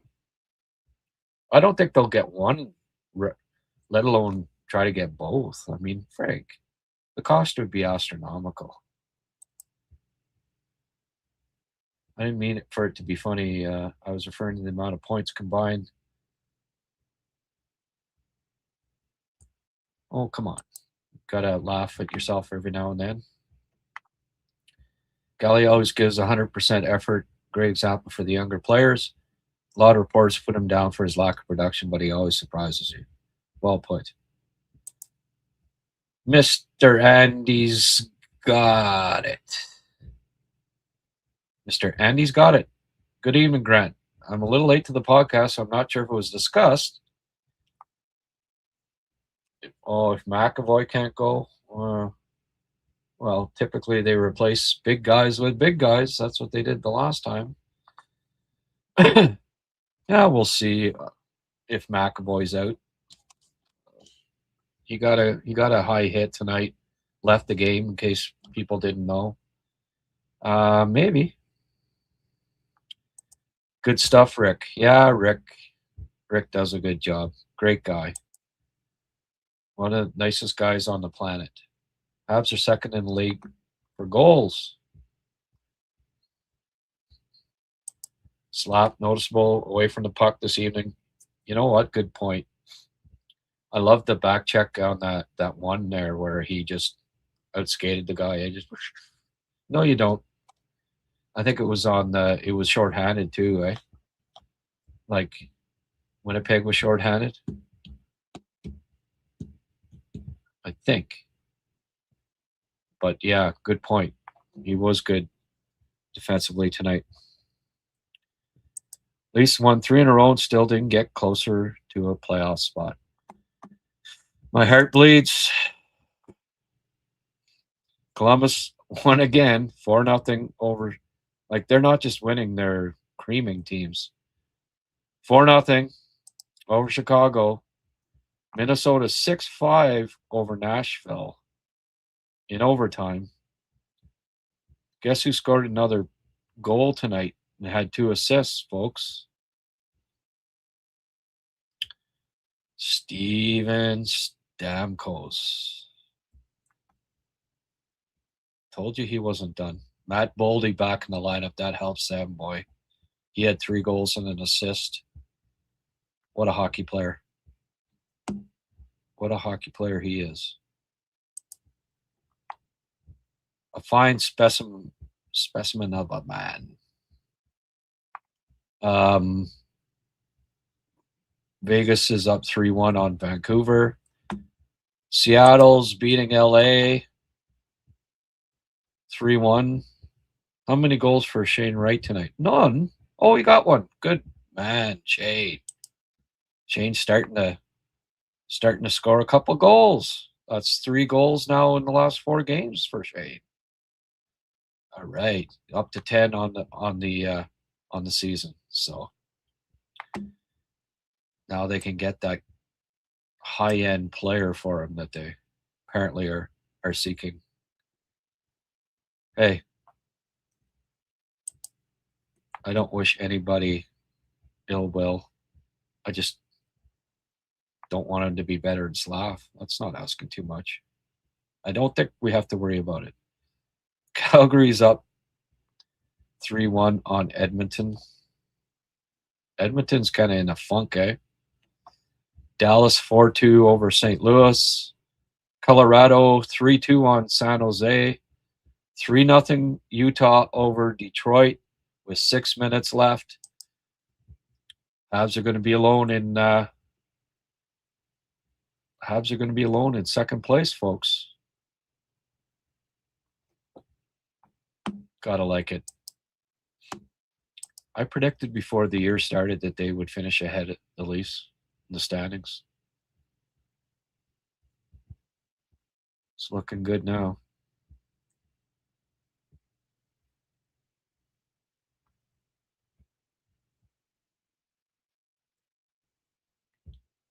I hope that the Panthers and Leafs don't make it. Be cool to see Buffalo in there. Get some new blood. Detroit too, I guess. I think Montreal can beat Detroit. Don't know if they beat Buffalo, but beat Detroit. Tampa and beat Buffalo, then Montreal. Beats a beat up Tampa. Wins the division. Steamrolls Carolina. Goes to the Cup. What do you think, folks?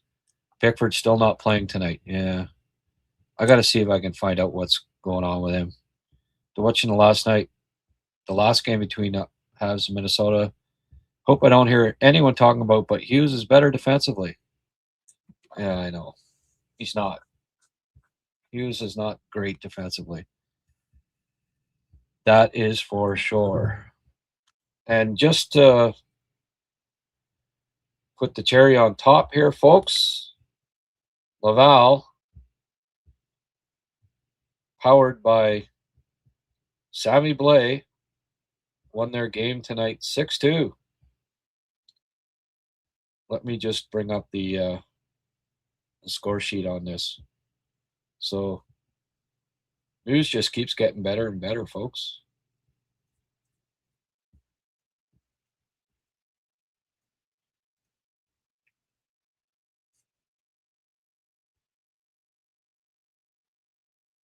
Arsenal. Wow. Dauphin from Delgaizo and Jacobs. Arsenal from Delgaizo and Jacobs. Trudeau from Dauphin. Philip Meshar from Joshua. Tyler Torpedo gets a second finally. Simoneau and Engstrom. And then Farrell with his 12th from Dauphin and Belzile. So Dauphin he's got 38 assists now. 14 goals, 38 assists on the year. Laurent's having a solid year. Did you see the clip of Fowler's nets off? It's like against the boards, and he skates out to center to like, hey, poor Fowler must think, geez, those AHL refs. You know, that interference call that wasn't called against him earlier year, goal that was allowed, and this where the freaking nets, like, it's not just off the pegs, it was against the boards. And he skates out to let them know because the refs never noticed, eh? But obviously he was in net.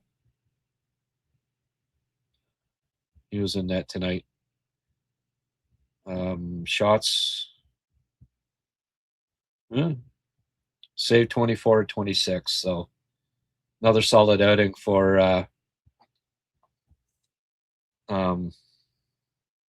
man Fowler. And no, Reinbacher still not back in the lineup. Jesus. Oh, boy. That is discouraging. I just knew people would eat crow with the Dobson and Meal trade. Can't remember the last time I heard anyone speak of the trade. No, there was a post 2 days ago when Heineman finally scored a goal. Oh, how can anybody trade? And I replied to it, and it was like, but I think that, you know what, like, just floors me about Twitter sometimes. It got like 600 likes, and oh my God. There's at least 600 idiots on Twitter.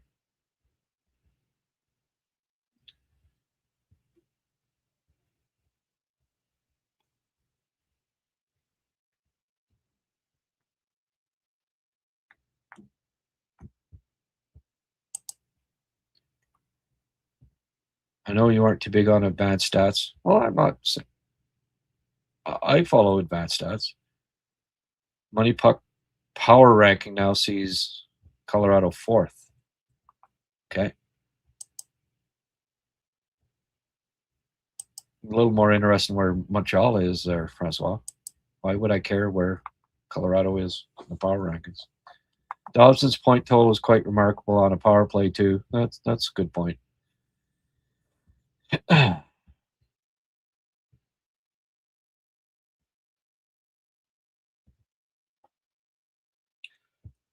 Lots of offense from the. Are they still second in points? Montreal's defense. They're up there in block shots. They're up there in points.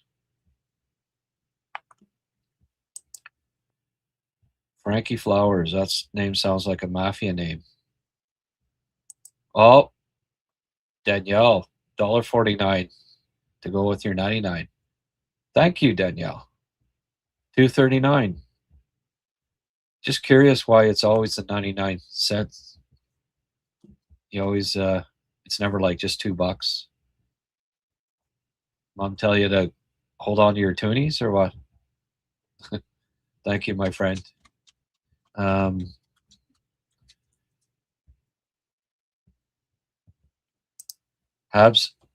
will have 6 players over 40 soon. And they'll have 5 with 45 points. And they have 5 with 45 now. That's not too bad, is it? I don't know why my puppy dog is pacing up there. Folks, I don't know.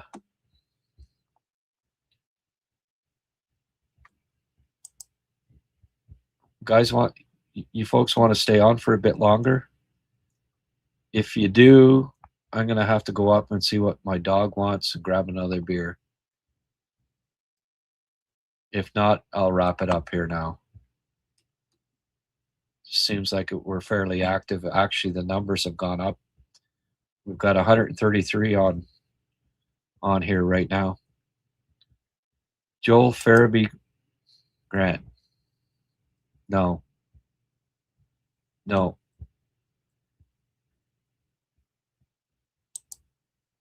Sorry, I didn't see this the first time, Frankie. No. They got to get some size in the bottom 6 if they already have too many players, too many forwards. If they do get one, it's going to be big. I don't mind Farabee's, engine. He's got a good motor, but you got to get a different type of player for your bottom 6 if they are trying to upgrade. And that to me is a big physical. And Farabee's like 5'11". Don't say it's Alexander Command. Well, I like Alexander Command. I've already featured him, so it's not him. He's underrated, but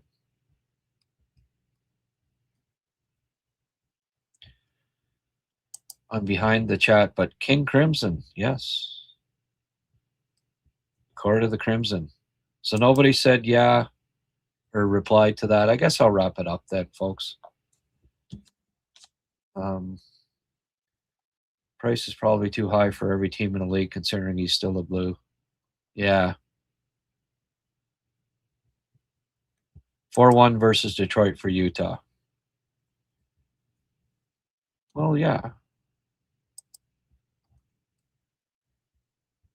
Keller scored. Oh, Larkin got one. 1 minute left.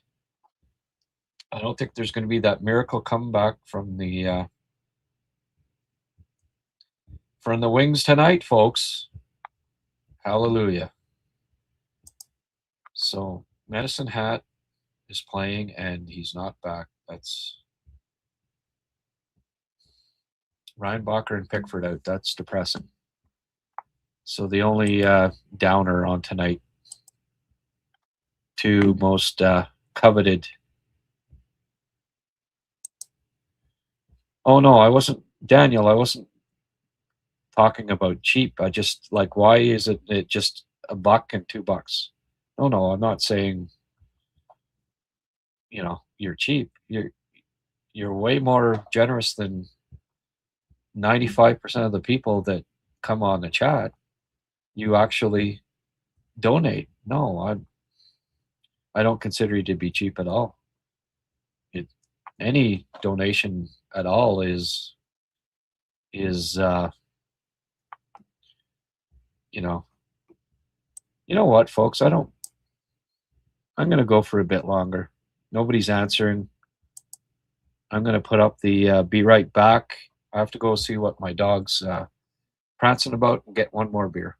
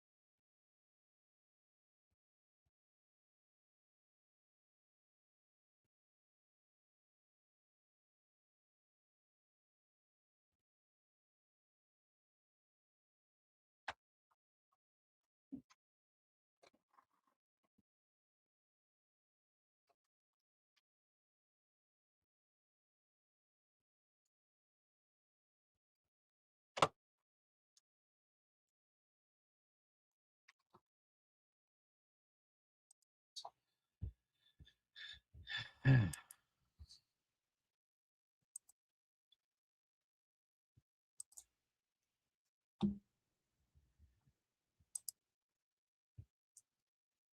right, I'm back, folks. Just a sec. I got to get this.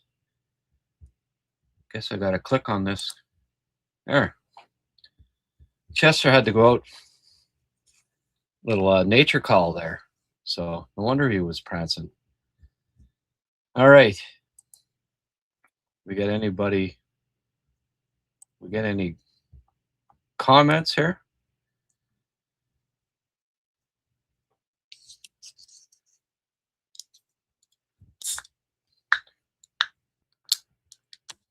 Grant, I'll donate you a case of beer.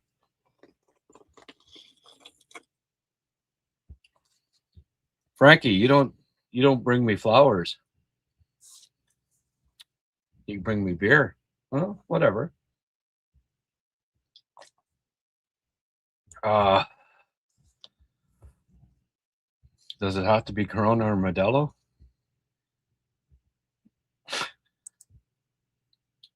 We need what the Wild have in Tarasenko and Bogosian. There you go. Bogosian. Now there's a fast hockey player. I only send. Oh yeah. On YouTube, you can't choose to give $2. It's always an adult. Well, how come it's $2? I don't get it. All of my, just about every one of my denominations are in. It's 00. It's not 99 cents. How come? Oh, is it like people that aren't members? Maybe can't give.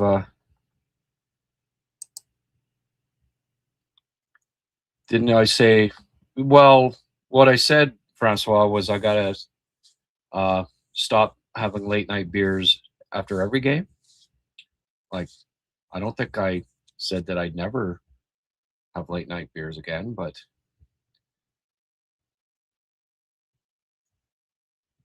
if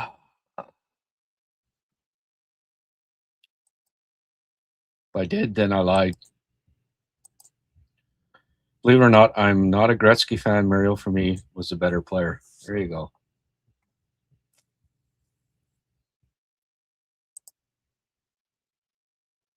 Which Eastern team currently in the playoffs do you think is most likely to fall off? Danielle raises a good point. He says here, people donate. Can't disagree with you there. Got to pay for my beer.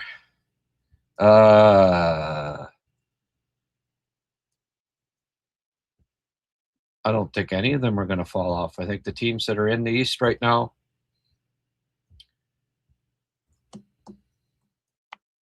or maybe not. Let me look. I mean, they're all playing well, so NHL. I'm not really a prognosticator, predictor of any.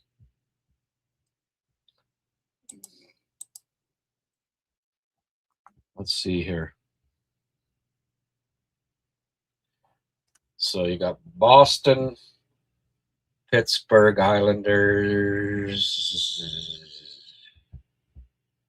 and Columbus is right there. Columbus has a game in hand on the Islanders, eh? Like when you say fall off, they may not even fall off. They may just, another team will be a little hotter. But I like the top five. I think Tampa, Carolina, Montreal, Detroit, Buffalo are gonna stay in. Boston, Pittsburgh, Islanders. You know, there's only 3 points between Boston in 6th and Columbus in 9th. So I would think they're the most susceptible to not making it.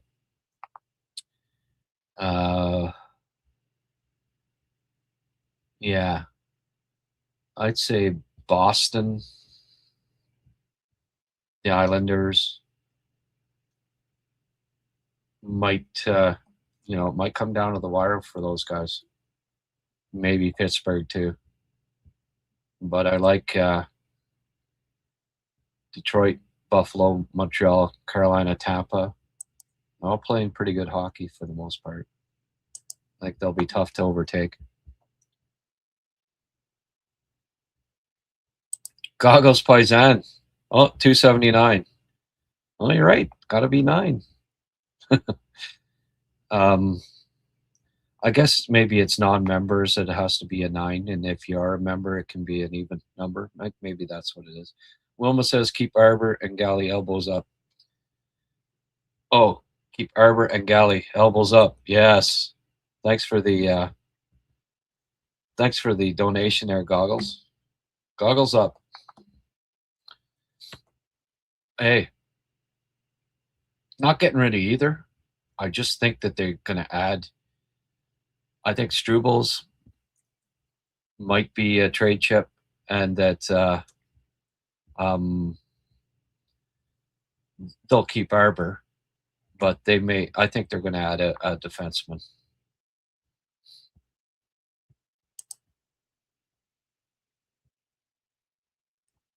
Holy geez, Dan.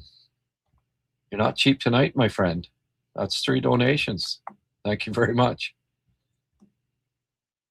I can't even add that up. All I know is that it ends in 7. Thank you. Fowler will win that for sure. Win what? Dovis Fowler tandem's going to be so Price Halleck vibes. Maybe, eh? Czech and NA rookie tenders kicking ass for Habs. Good way of putting it, Kevin. I'm drinking Budweiser. Super stickers have various donation amounts. Super chats, however, have even amounts. There you go. This year is the most tight race to the playoffs.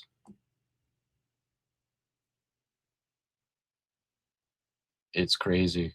It's absolutely nuts.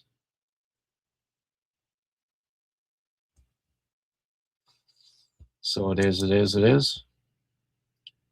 Who would fetch more in a trade, Michkov or Thomas?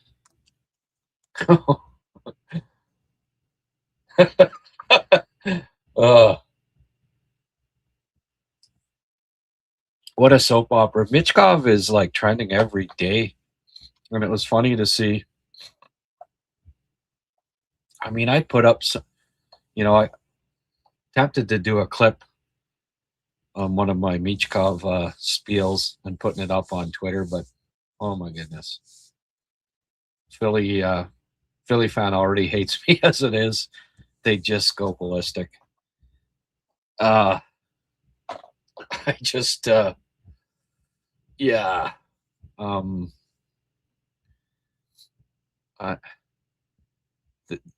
They're just so out of tune with Michkov. Like, this isn't the first time he was out of shape. He was out of shape at camp for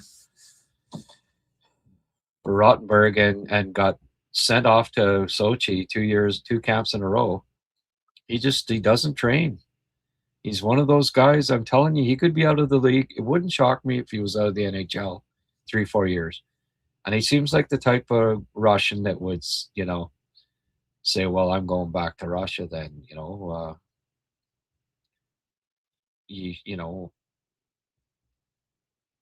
NHL too hard, I have to work. No, I'm not going to work. I'm going to party. I'm going to do what I want to do. I'm not going to train hard, and I'll score 30 goals, 40 goals in KHL. And, it wouldn't shock me if that's what you end up seeing from him. I don't know. Still has the interpreter. How many NHLers have interpreters? 1. Doesn't show up in shape, and everyone roasting Tocchet. There's not an NHL coach in the league. If you show up in bad shape at training camp, you're not going to play in the NHL in today's NHL. This isn't 1950 or 1960. You got to be in shape. Doesn't matter how freaking talented you are. You got to work. I mean, Alexei Lafreniere is finding that out.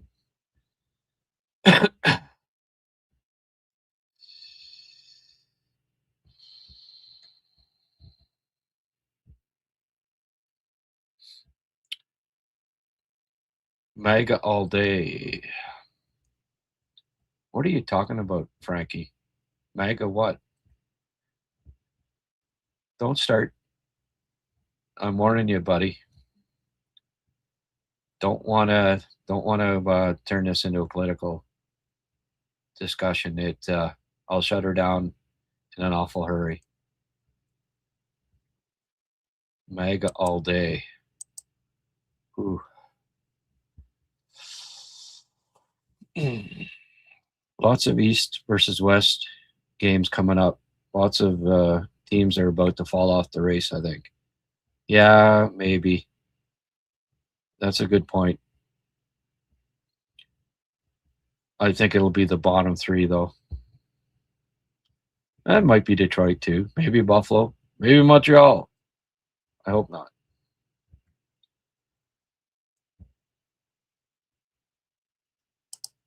It's funny how many games we get outshot and never seem to get outplayed. Not too often, eh? That's a good point.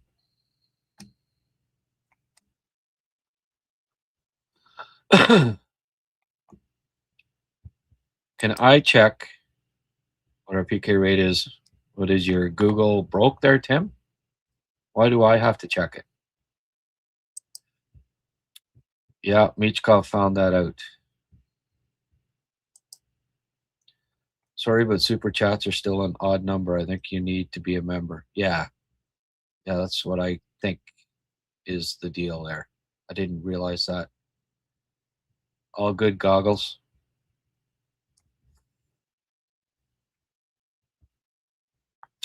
And just to get back to your question, Frankie, Thomas would fetch more in the trade. Monty's grandma passed away last week. Happy he had such a solid game. Should boost his morale. Good. Russian players are risky to draft. We got a good one. Yes, got two good ones. Zhirowski, good. Good too.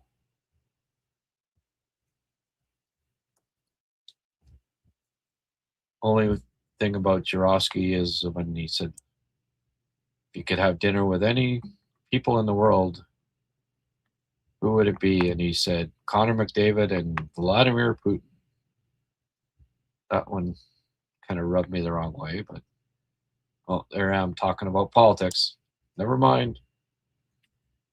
I'm just not a big... I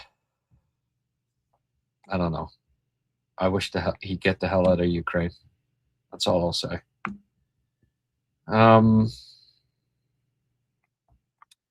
Yeah, so good stats. I like this again. You know, secondary scoring's there. The Habs have, well, what, 3 players in the top 30 in scoring, I do believe. So they have guys at the top, and they have, and hey, it shows with goals for, right? They're right at the top. They're right at the top in goals for. So just looking at Colorado has 212. Montreal 199. Carolina 195. Tampa 193. Tampa more goals per game, I guess, because they have 3 games in hand. But right there, top 3 in goals for. It's pretty impressive. Buffalo's popping goals this year too, 193. The surprise for me is Boston 195. Fraser Minton has really come on, boy. Big reason why they're where they are. Geeky, of course, having another good year too, but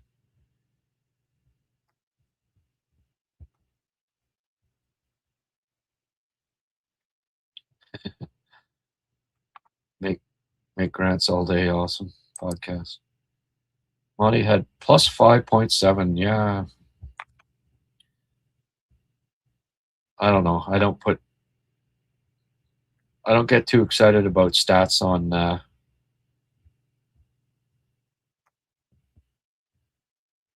one little we got Belokin too.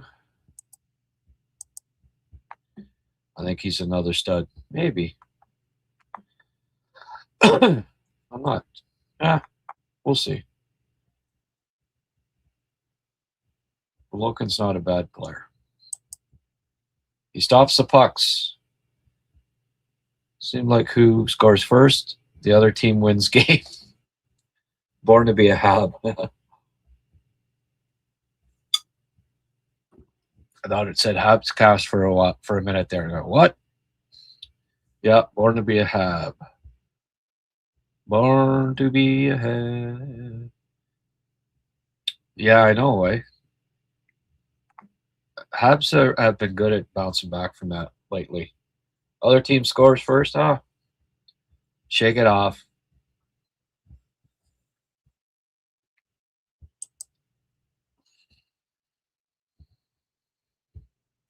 How does Tampa always seem to have less games played for most of the season?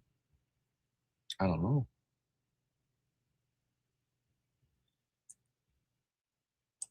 Russia will be at the Olympics when they get out of Ukraine. It's pretty simple skeleton. I think Belokin will be a stud. Well, let's hope. Tampa playing 3 and 4 nights after the break. I hope they nosedive. Yes. And without, I wonder how long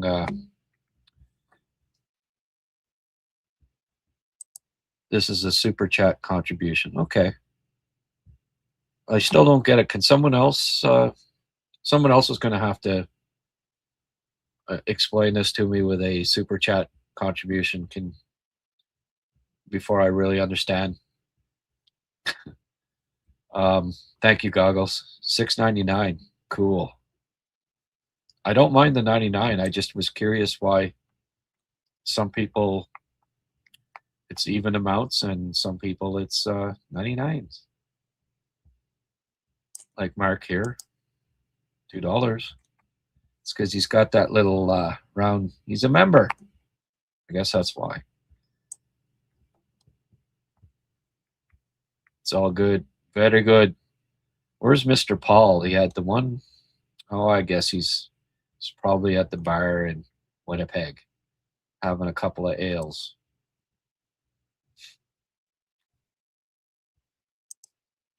You're going to have a hard time passing off that cheap line now.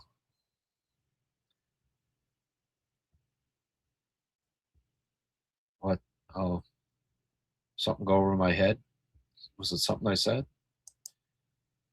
Slava Ukraini.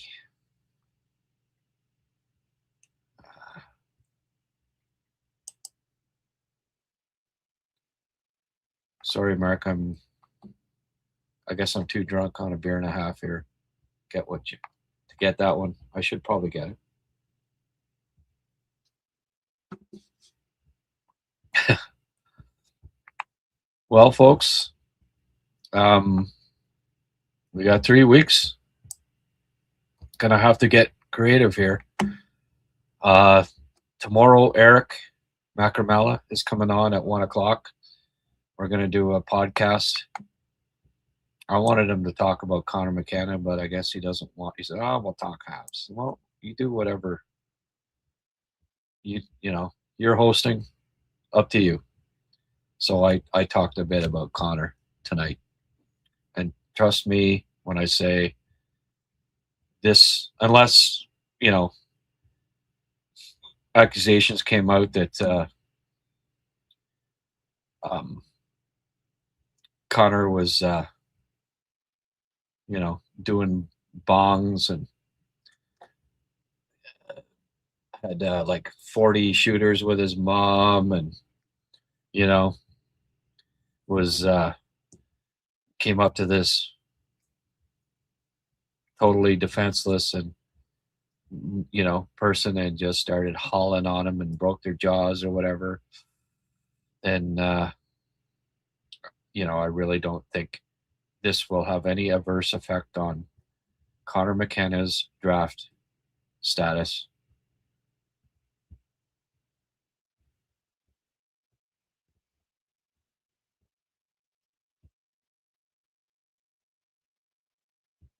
Oh, yeah. Okay.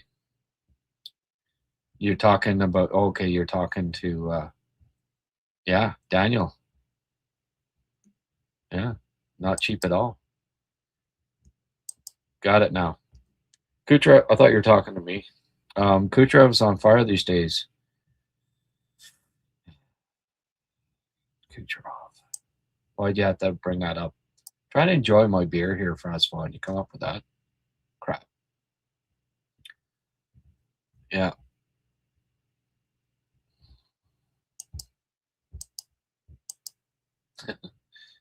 Well, it's a 99. I put the 1 cent in my savings, so in 500 years, it'd be worth 3 cents. That makes sense, my friend. Should nudge him about that player tomorrow. Yes. Oh, he's good. So, Eric, at 1 o'clock tomorrow, we'll recap the game, talk about the Olympics. Eric's great. 1 o'clock live, HabsCast, and then tomorrow night I'll do the player that the Habs must get at the draft.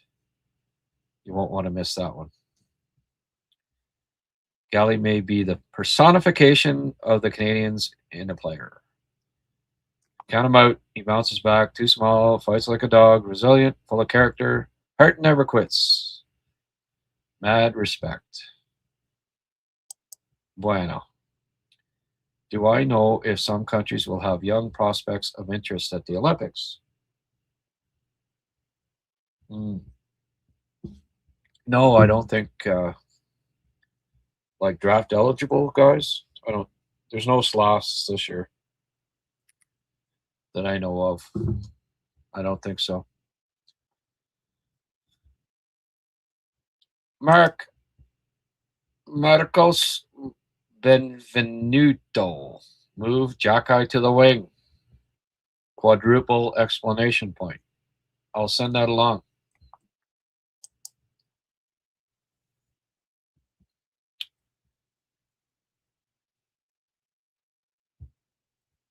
He'll still go number 1, but that team might be willing to trade the top pick.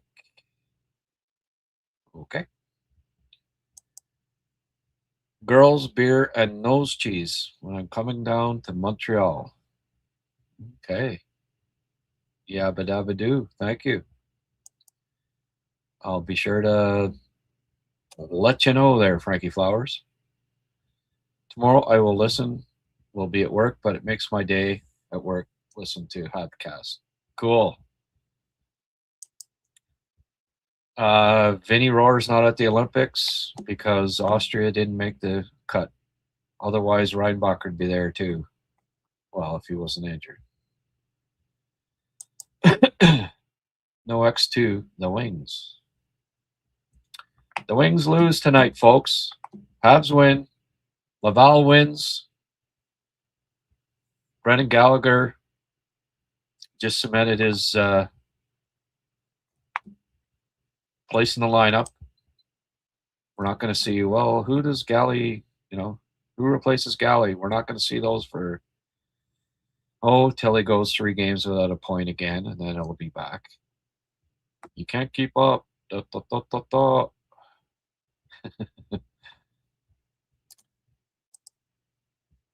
Goggles, see Grant, this is super chat. Okay, I think I understand it now.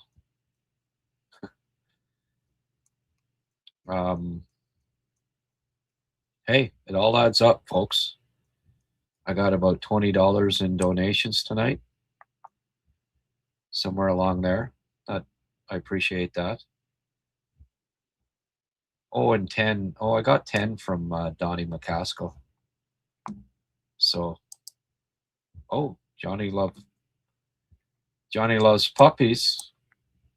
Just sent me 500. No 99 on that.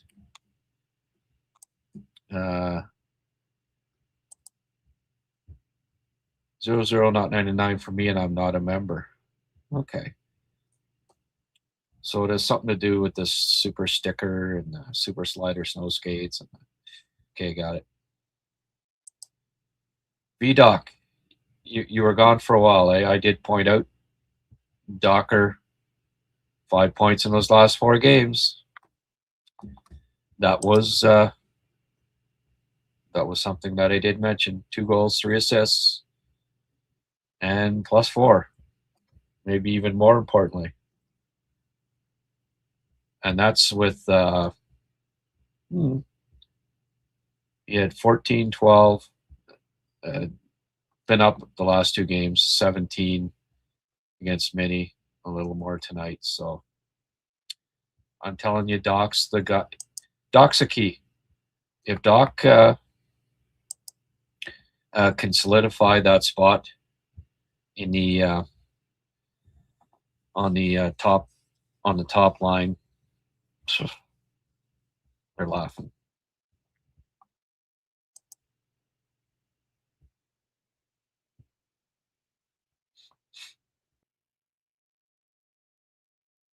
I know you got to pay 30% to YouTube. I'm in New Brunswick. I can send transfer if you want.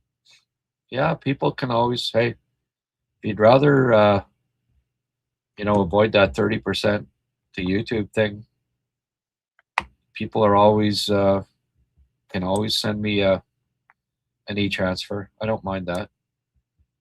I mean, hey, why give 30% of it to YouTube, right? I know the other night the fella sent me $40, which I really appreciated. But yeah, that's always an option too. I took the dog for a walk and the party's still going on here. Oh yeah. Yeah, I'm back. I'm back on the booze.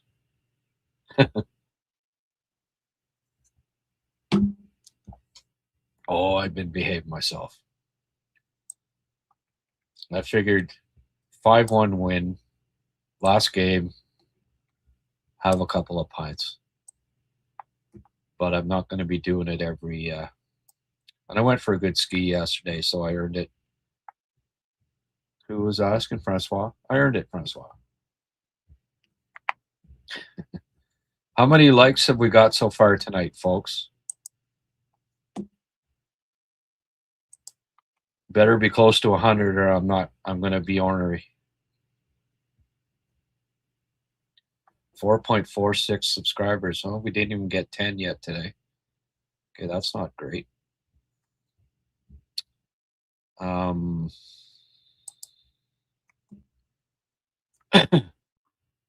Nice to do a galley YouTube thumbnail. About time. Say all the galley haters, stick it. Stick it in your ear. Well, 1,300 people have watched this video so far. That's not bad. Thank you. But how many likes? That will tell the tale. Probably be about 70 or something like that.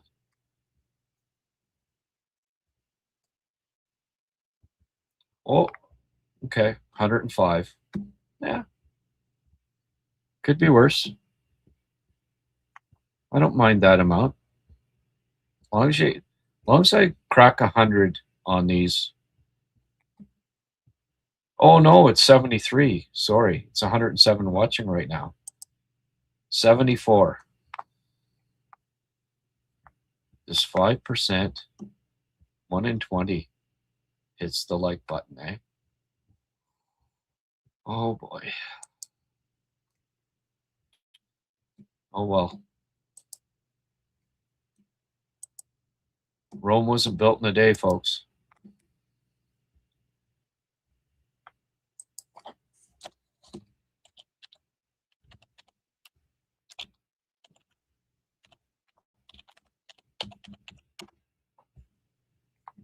$76 now. Got to push him, eh, Mark? There's my email, Danielle. But that's not my email for transfer. Send me a note, and I'll send you my regular email. This is my work email, grant@habscast.ca. Send me an email, and I'll pass along my other email. Thank you, Danielle. And I don't mind if it ends with 99 cents either.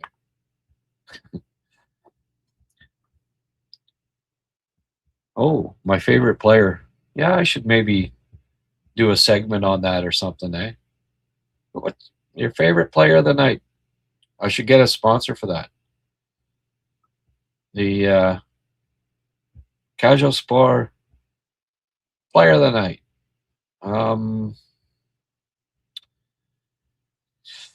Oh yeah. He had to get the Wolves head. He had to get the Wolves head tonight.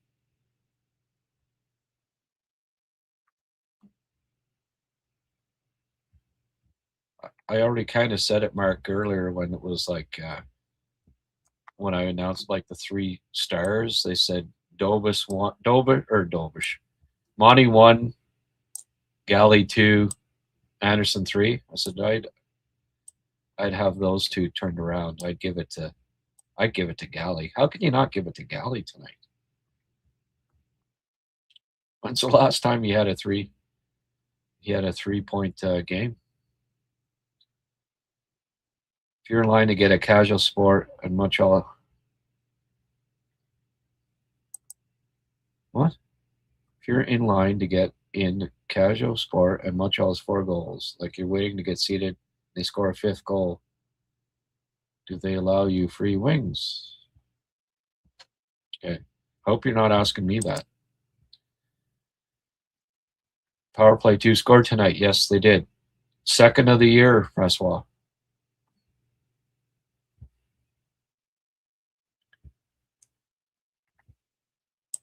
Oh, geez, yeah. Sure. You do whatever you have to do, Danielle. I know when you send 99, I get 69, I guess. Not as sexy as it sounds. XD.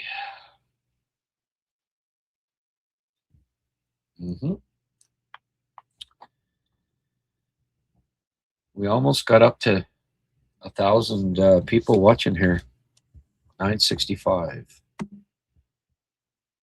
Still got 105 the live chat. Folks, what are we going to do for 3 weeks? No Habs games, huh? Go Canada, go. Oh, I'll keep doing. I'll keep coming up with subjects there. Olympics will be exciting. Who's going to win gold? Sorry, we know who's going to win gold. Who's going to win silver? And who's going to win bronze, folks? Let me know.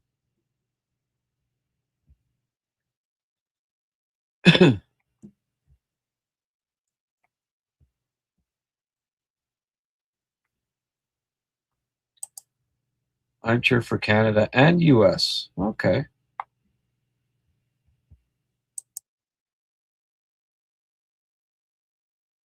Yeah. Night, folks. Go Canada, go. Hope Suzuki shines. The other Habs too, but mainly Suzuki. Right on. Eric's on tomorrow. Tune in tomorrow night too. The prospect that the Habs have to pick. I've got 52 clips of him. I just love this player. I think he'll be blown away. So 2 podcasts tomorrow, and we'll do something on the weekend, Sunday for sure with Rick. So hope you can keep tuning into these. Okay. When's Canada's first game, by the way? And yeah, I might do a couple of podcasts after Laval games too. What the hell, right? I'll do reports on Sammy Blais, the Blais report. Canada all the way, absolutely. Good night, V. Oh, GNV. Okay. Good night, V Doc. What time am I on tomorrow? 1 o'clock. Eric Macramella tomorrow, and then I think we'll see. Can't guarantee I'll do the prospect thing tomorrow. I'll have a better idea at 1. I'll let people know. Because, I mean, if the young lad's home and he wants to game, maybe I won't do it tomorrow night. But I do plan on doing it at 8 o'clock. If not, it'll be on the weekend, maybe Saturday. Friday, Liam's going to do a show. So we'll give him his thunder. Short clips. Yeah, well, Mark, it's a prospect, and so I'm good. Doesn't matter if they're short clips. It's when I feature NHL guys that that's a no-no. I'm glad that at least the NHL now, like, I have to dispute it, and they're fairly quick now too. It's like within a day. Say, all right, okay, we're not going to ask for your $30 in advertising revenue because you have a 25-second clip in a 2 hour and 17-minute video. Oh, thank you. Because good luck winning that in court. Liam is awesome. Liam's the best. All right, folks. 2:28. We're going to keep it under 2.5 hours tonight. As always, a pleasure. Like I say, I'm not going to be away for 3 weeks. Going to be lots of stuff. Keep tuning in. If you're a subscriber, and you haven't hit the notify button, hit notify, and so you'll know when my live podcasts are coming up.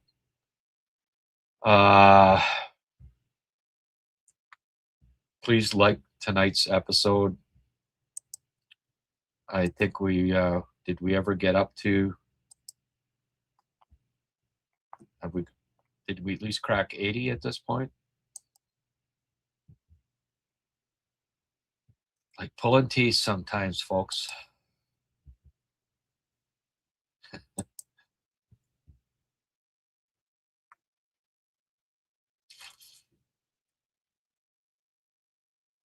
$80 exactly. All right. Well, that'll creep over 100 eventually, I would think. All right. Thanks for all your generosity. Again, folks, it's really appreciated to all the people that contribute. 94 now. Okay. Just went up another 4. Move Jack out of the wing, or trade him in a package for something useful. No, I think he's the seventh D man. Going to be the 7th D man. They're going to get another veteran physical defenseman, and try to keep working on him. Get him where they're comfortable with him playing 10+ minutes a night.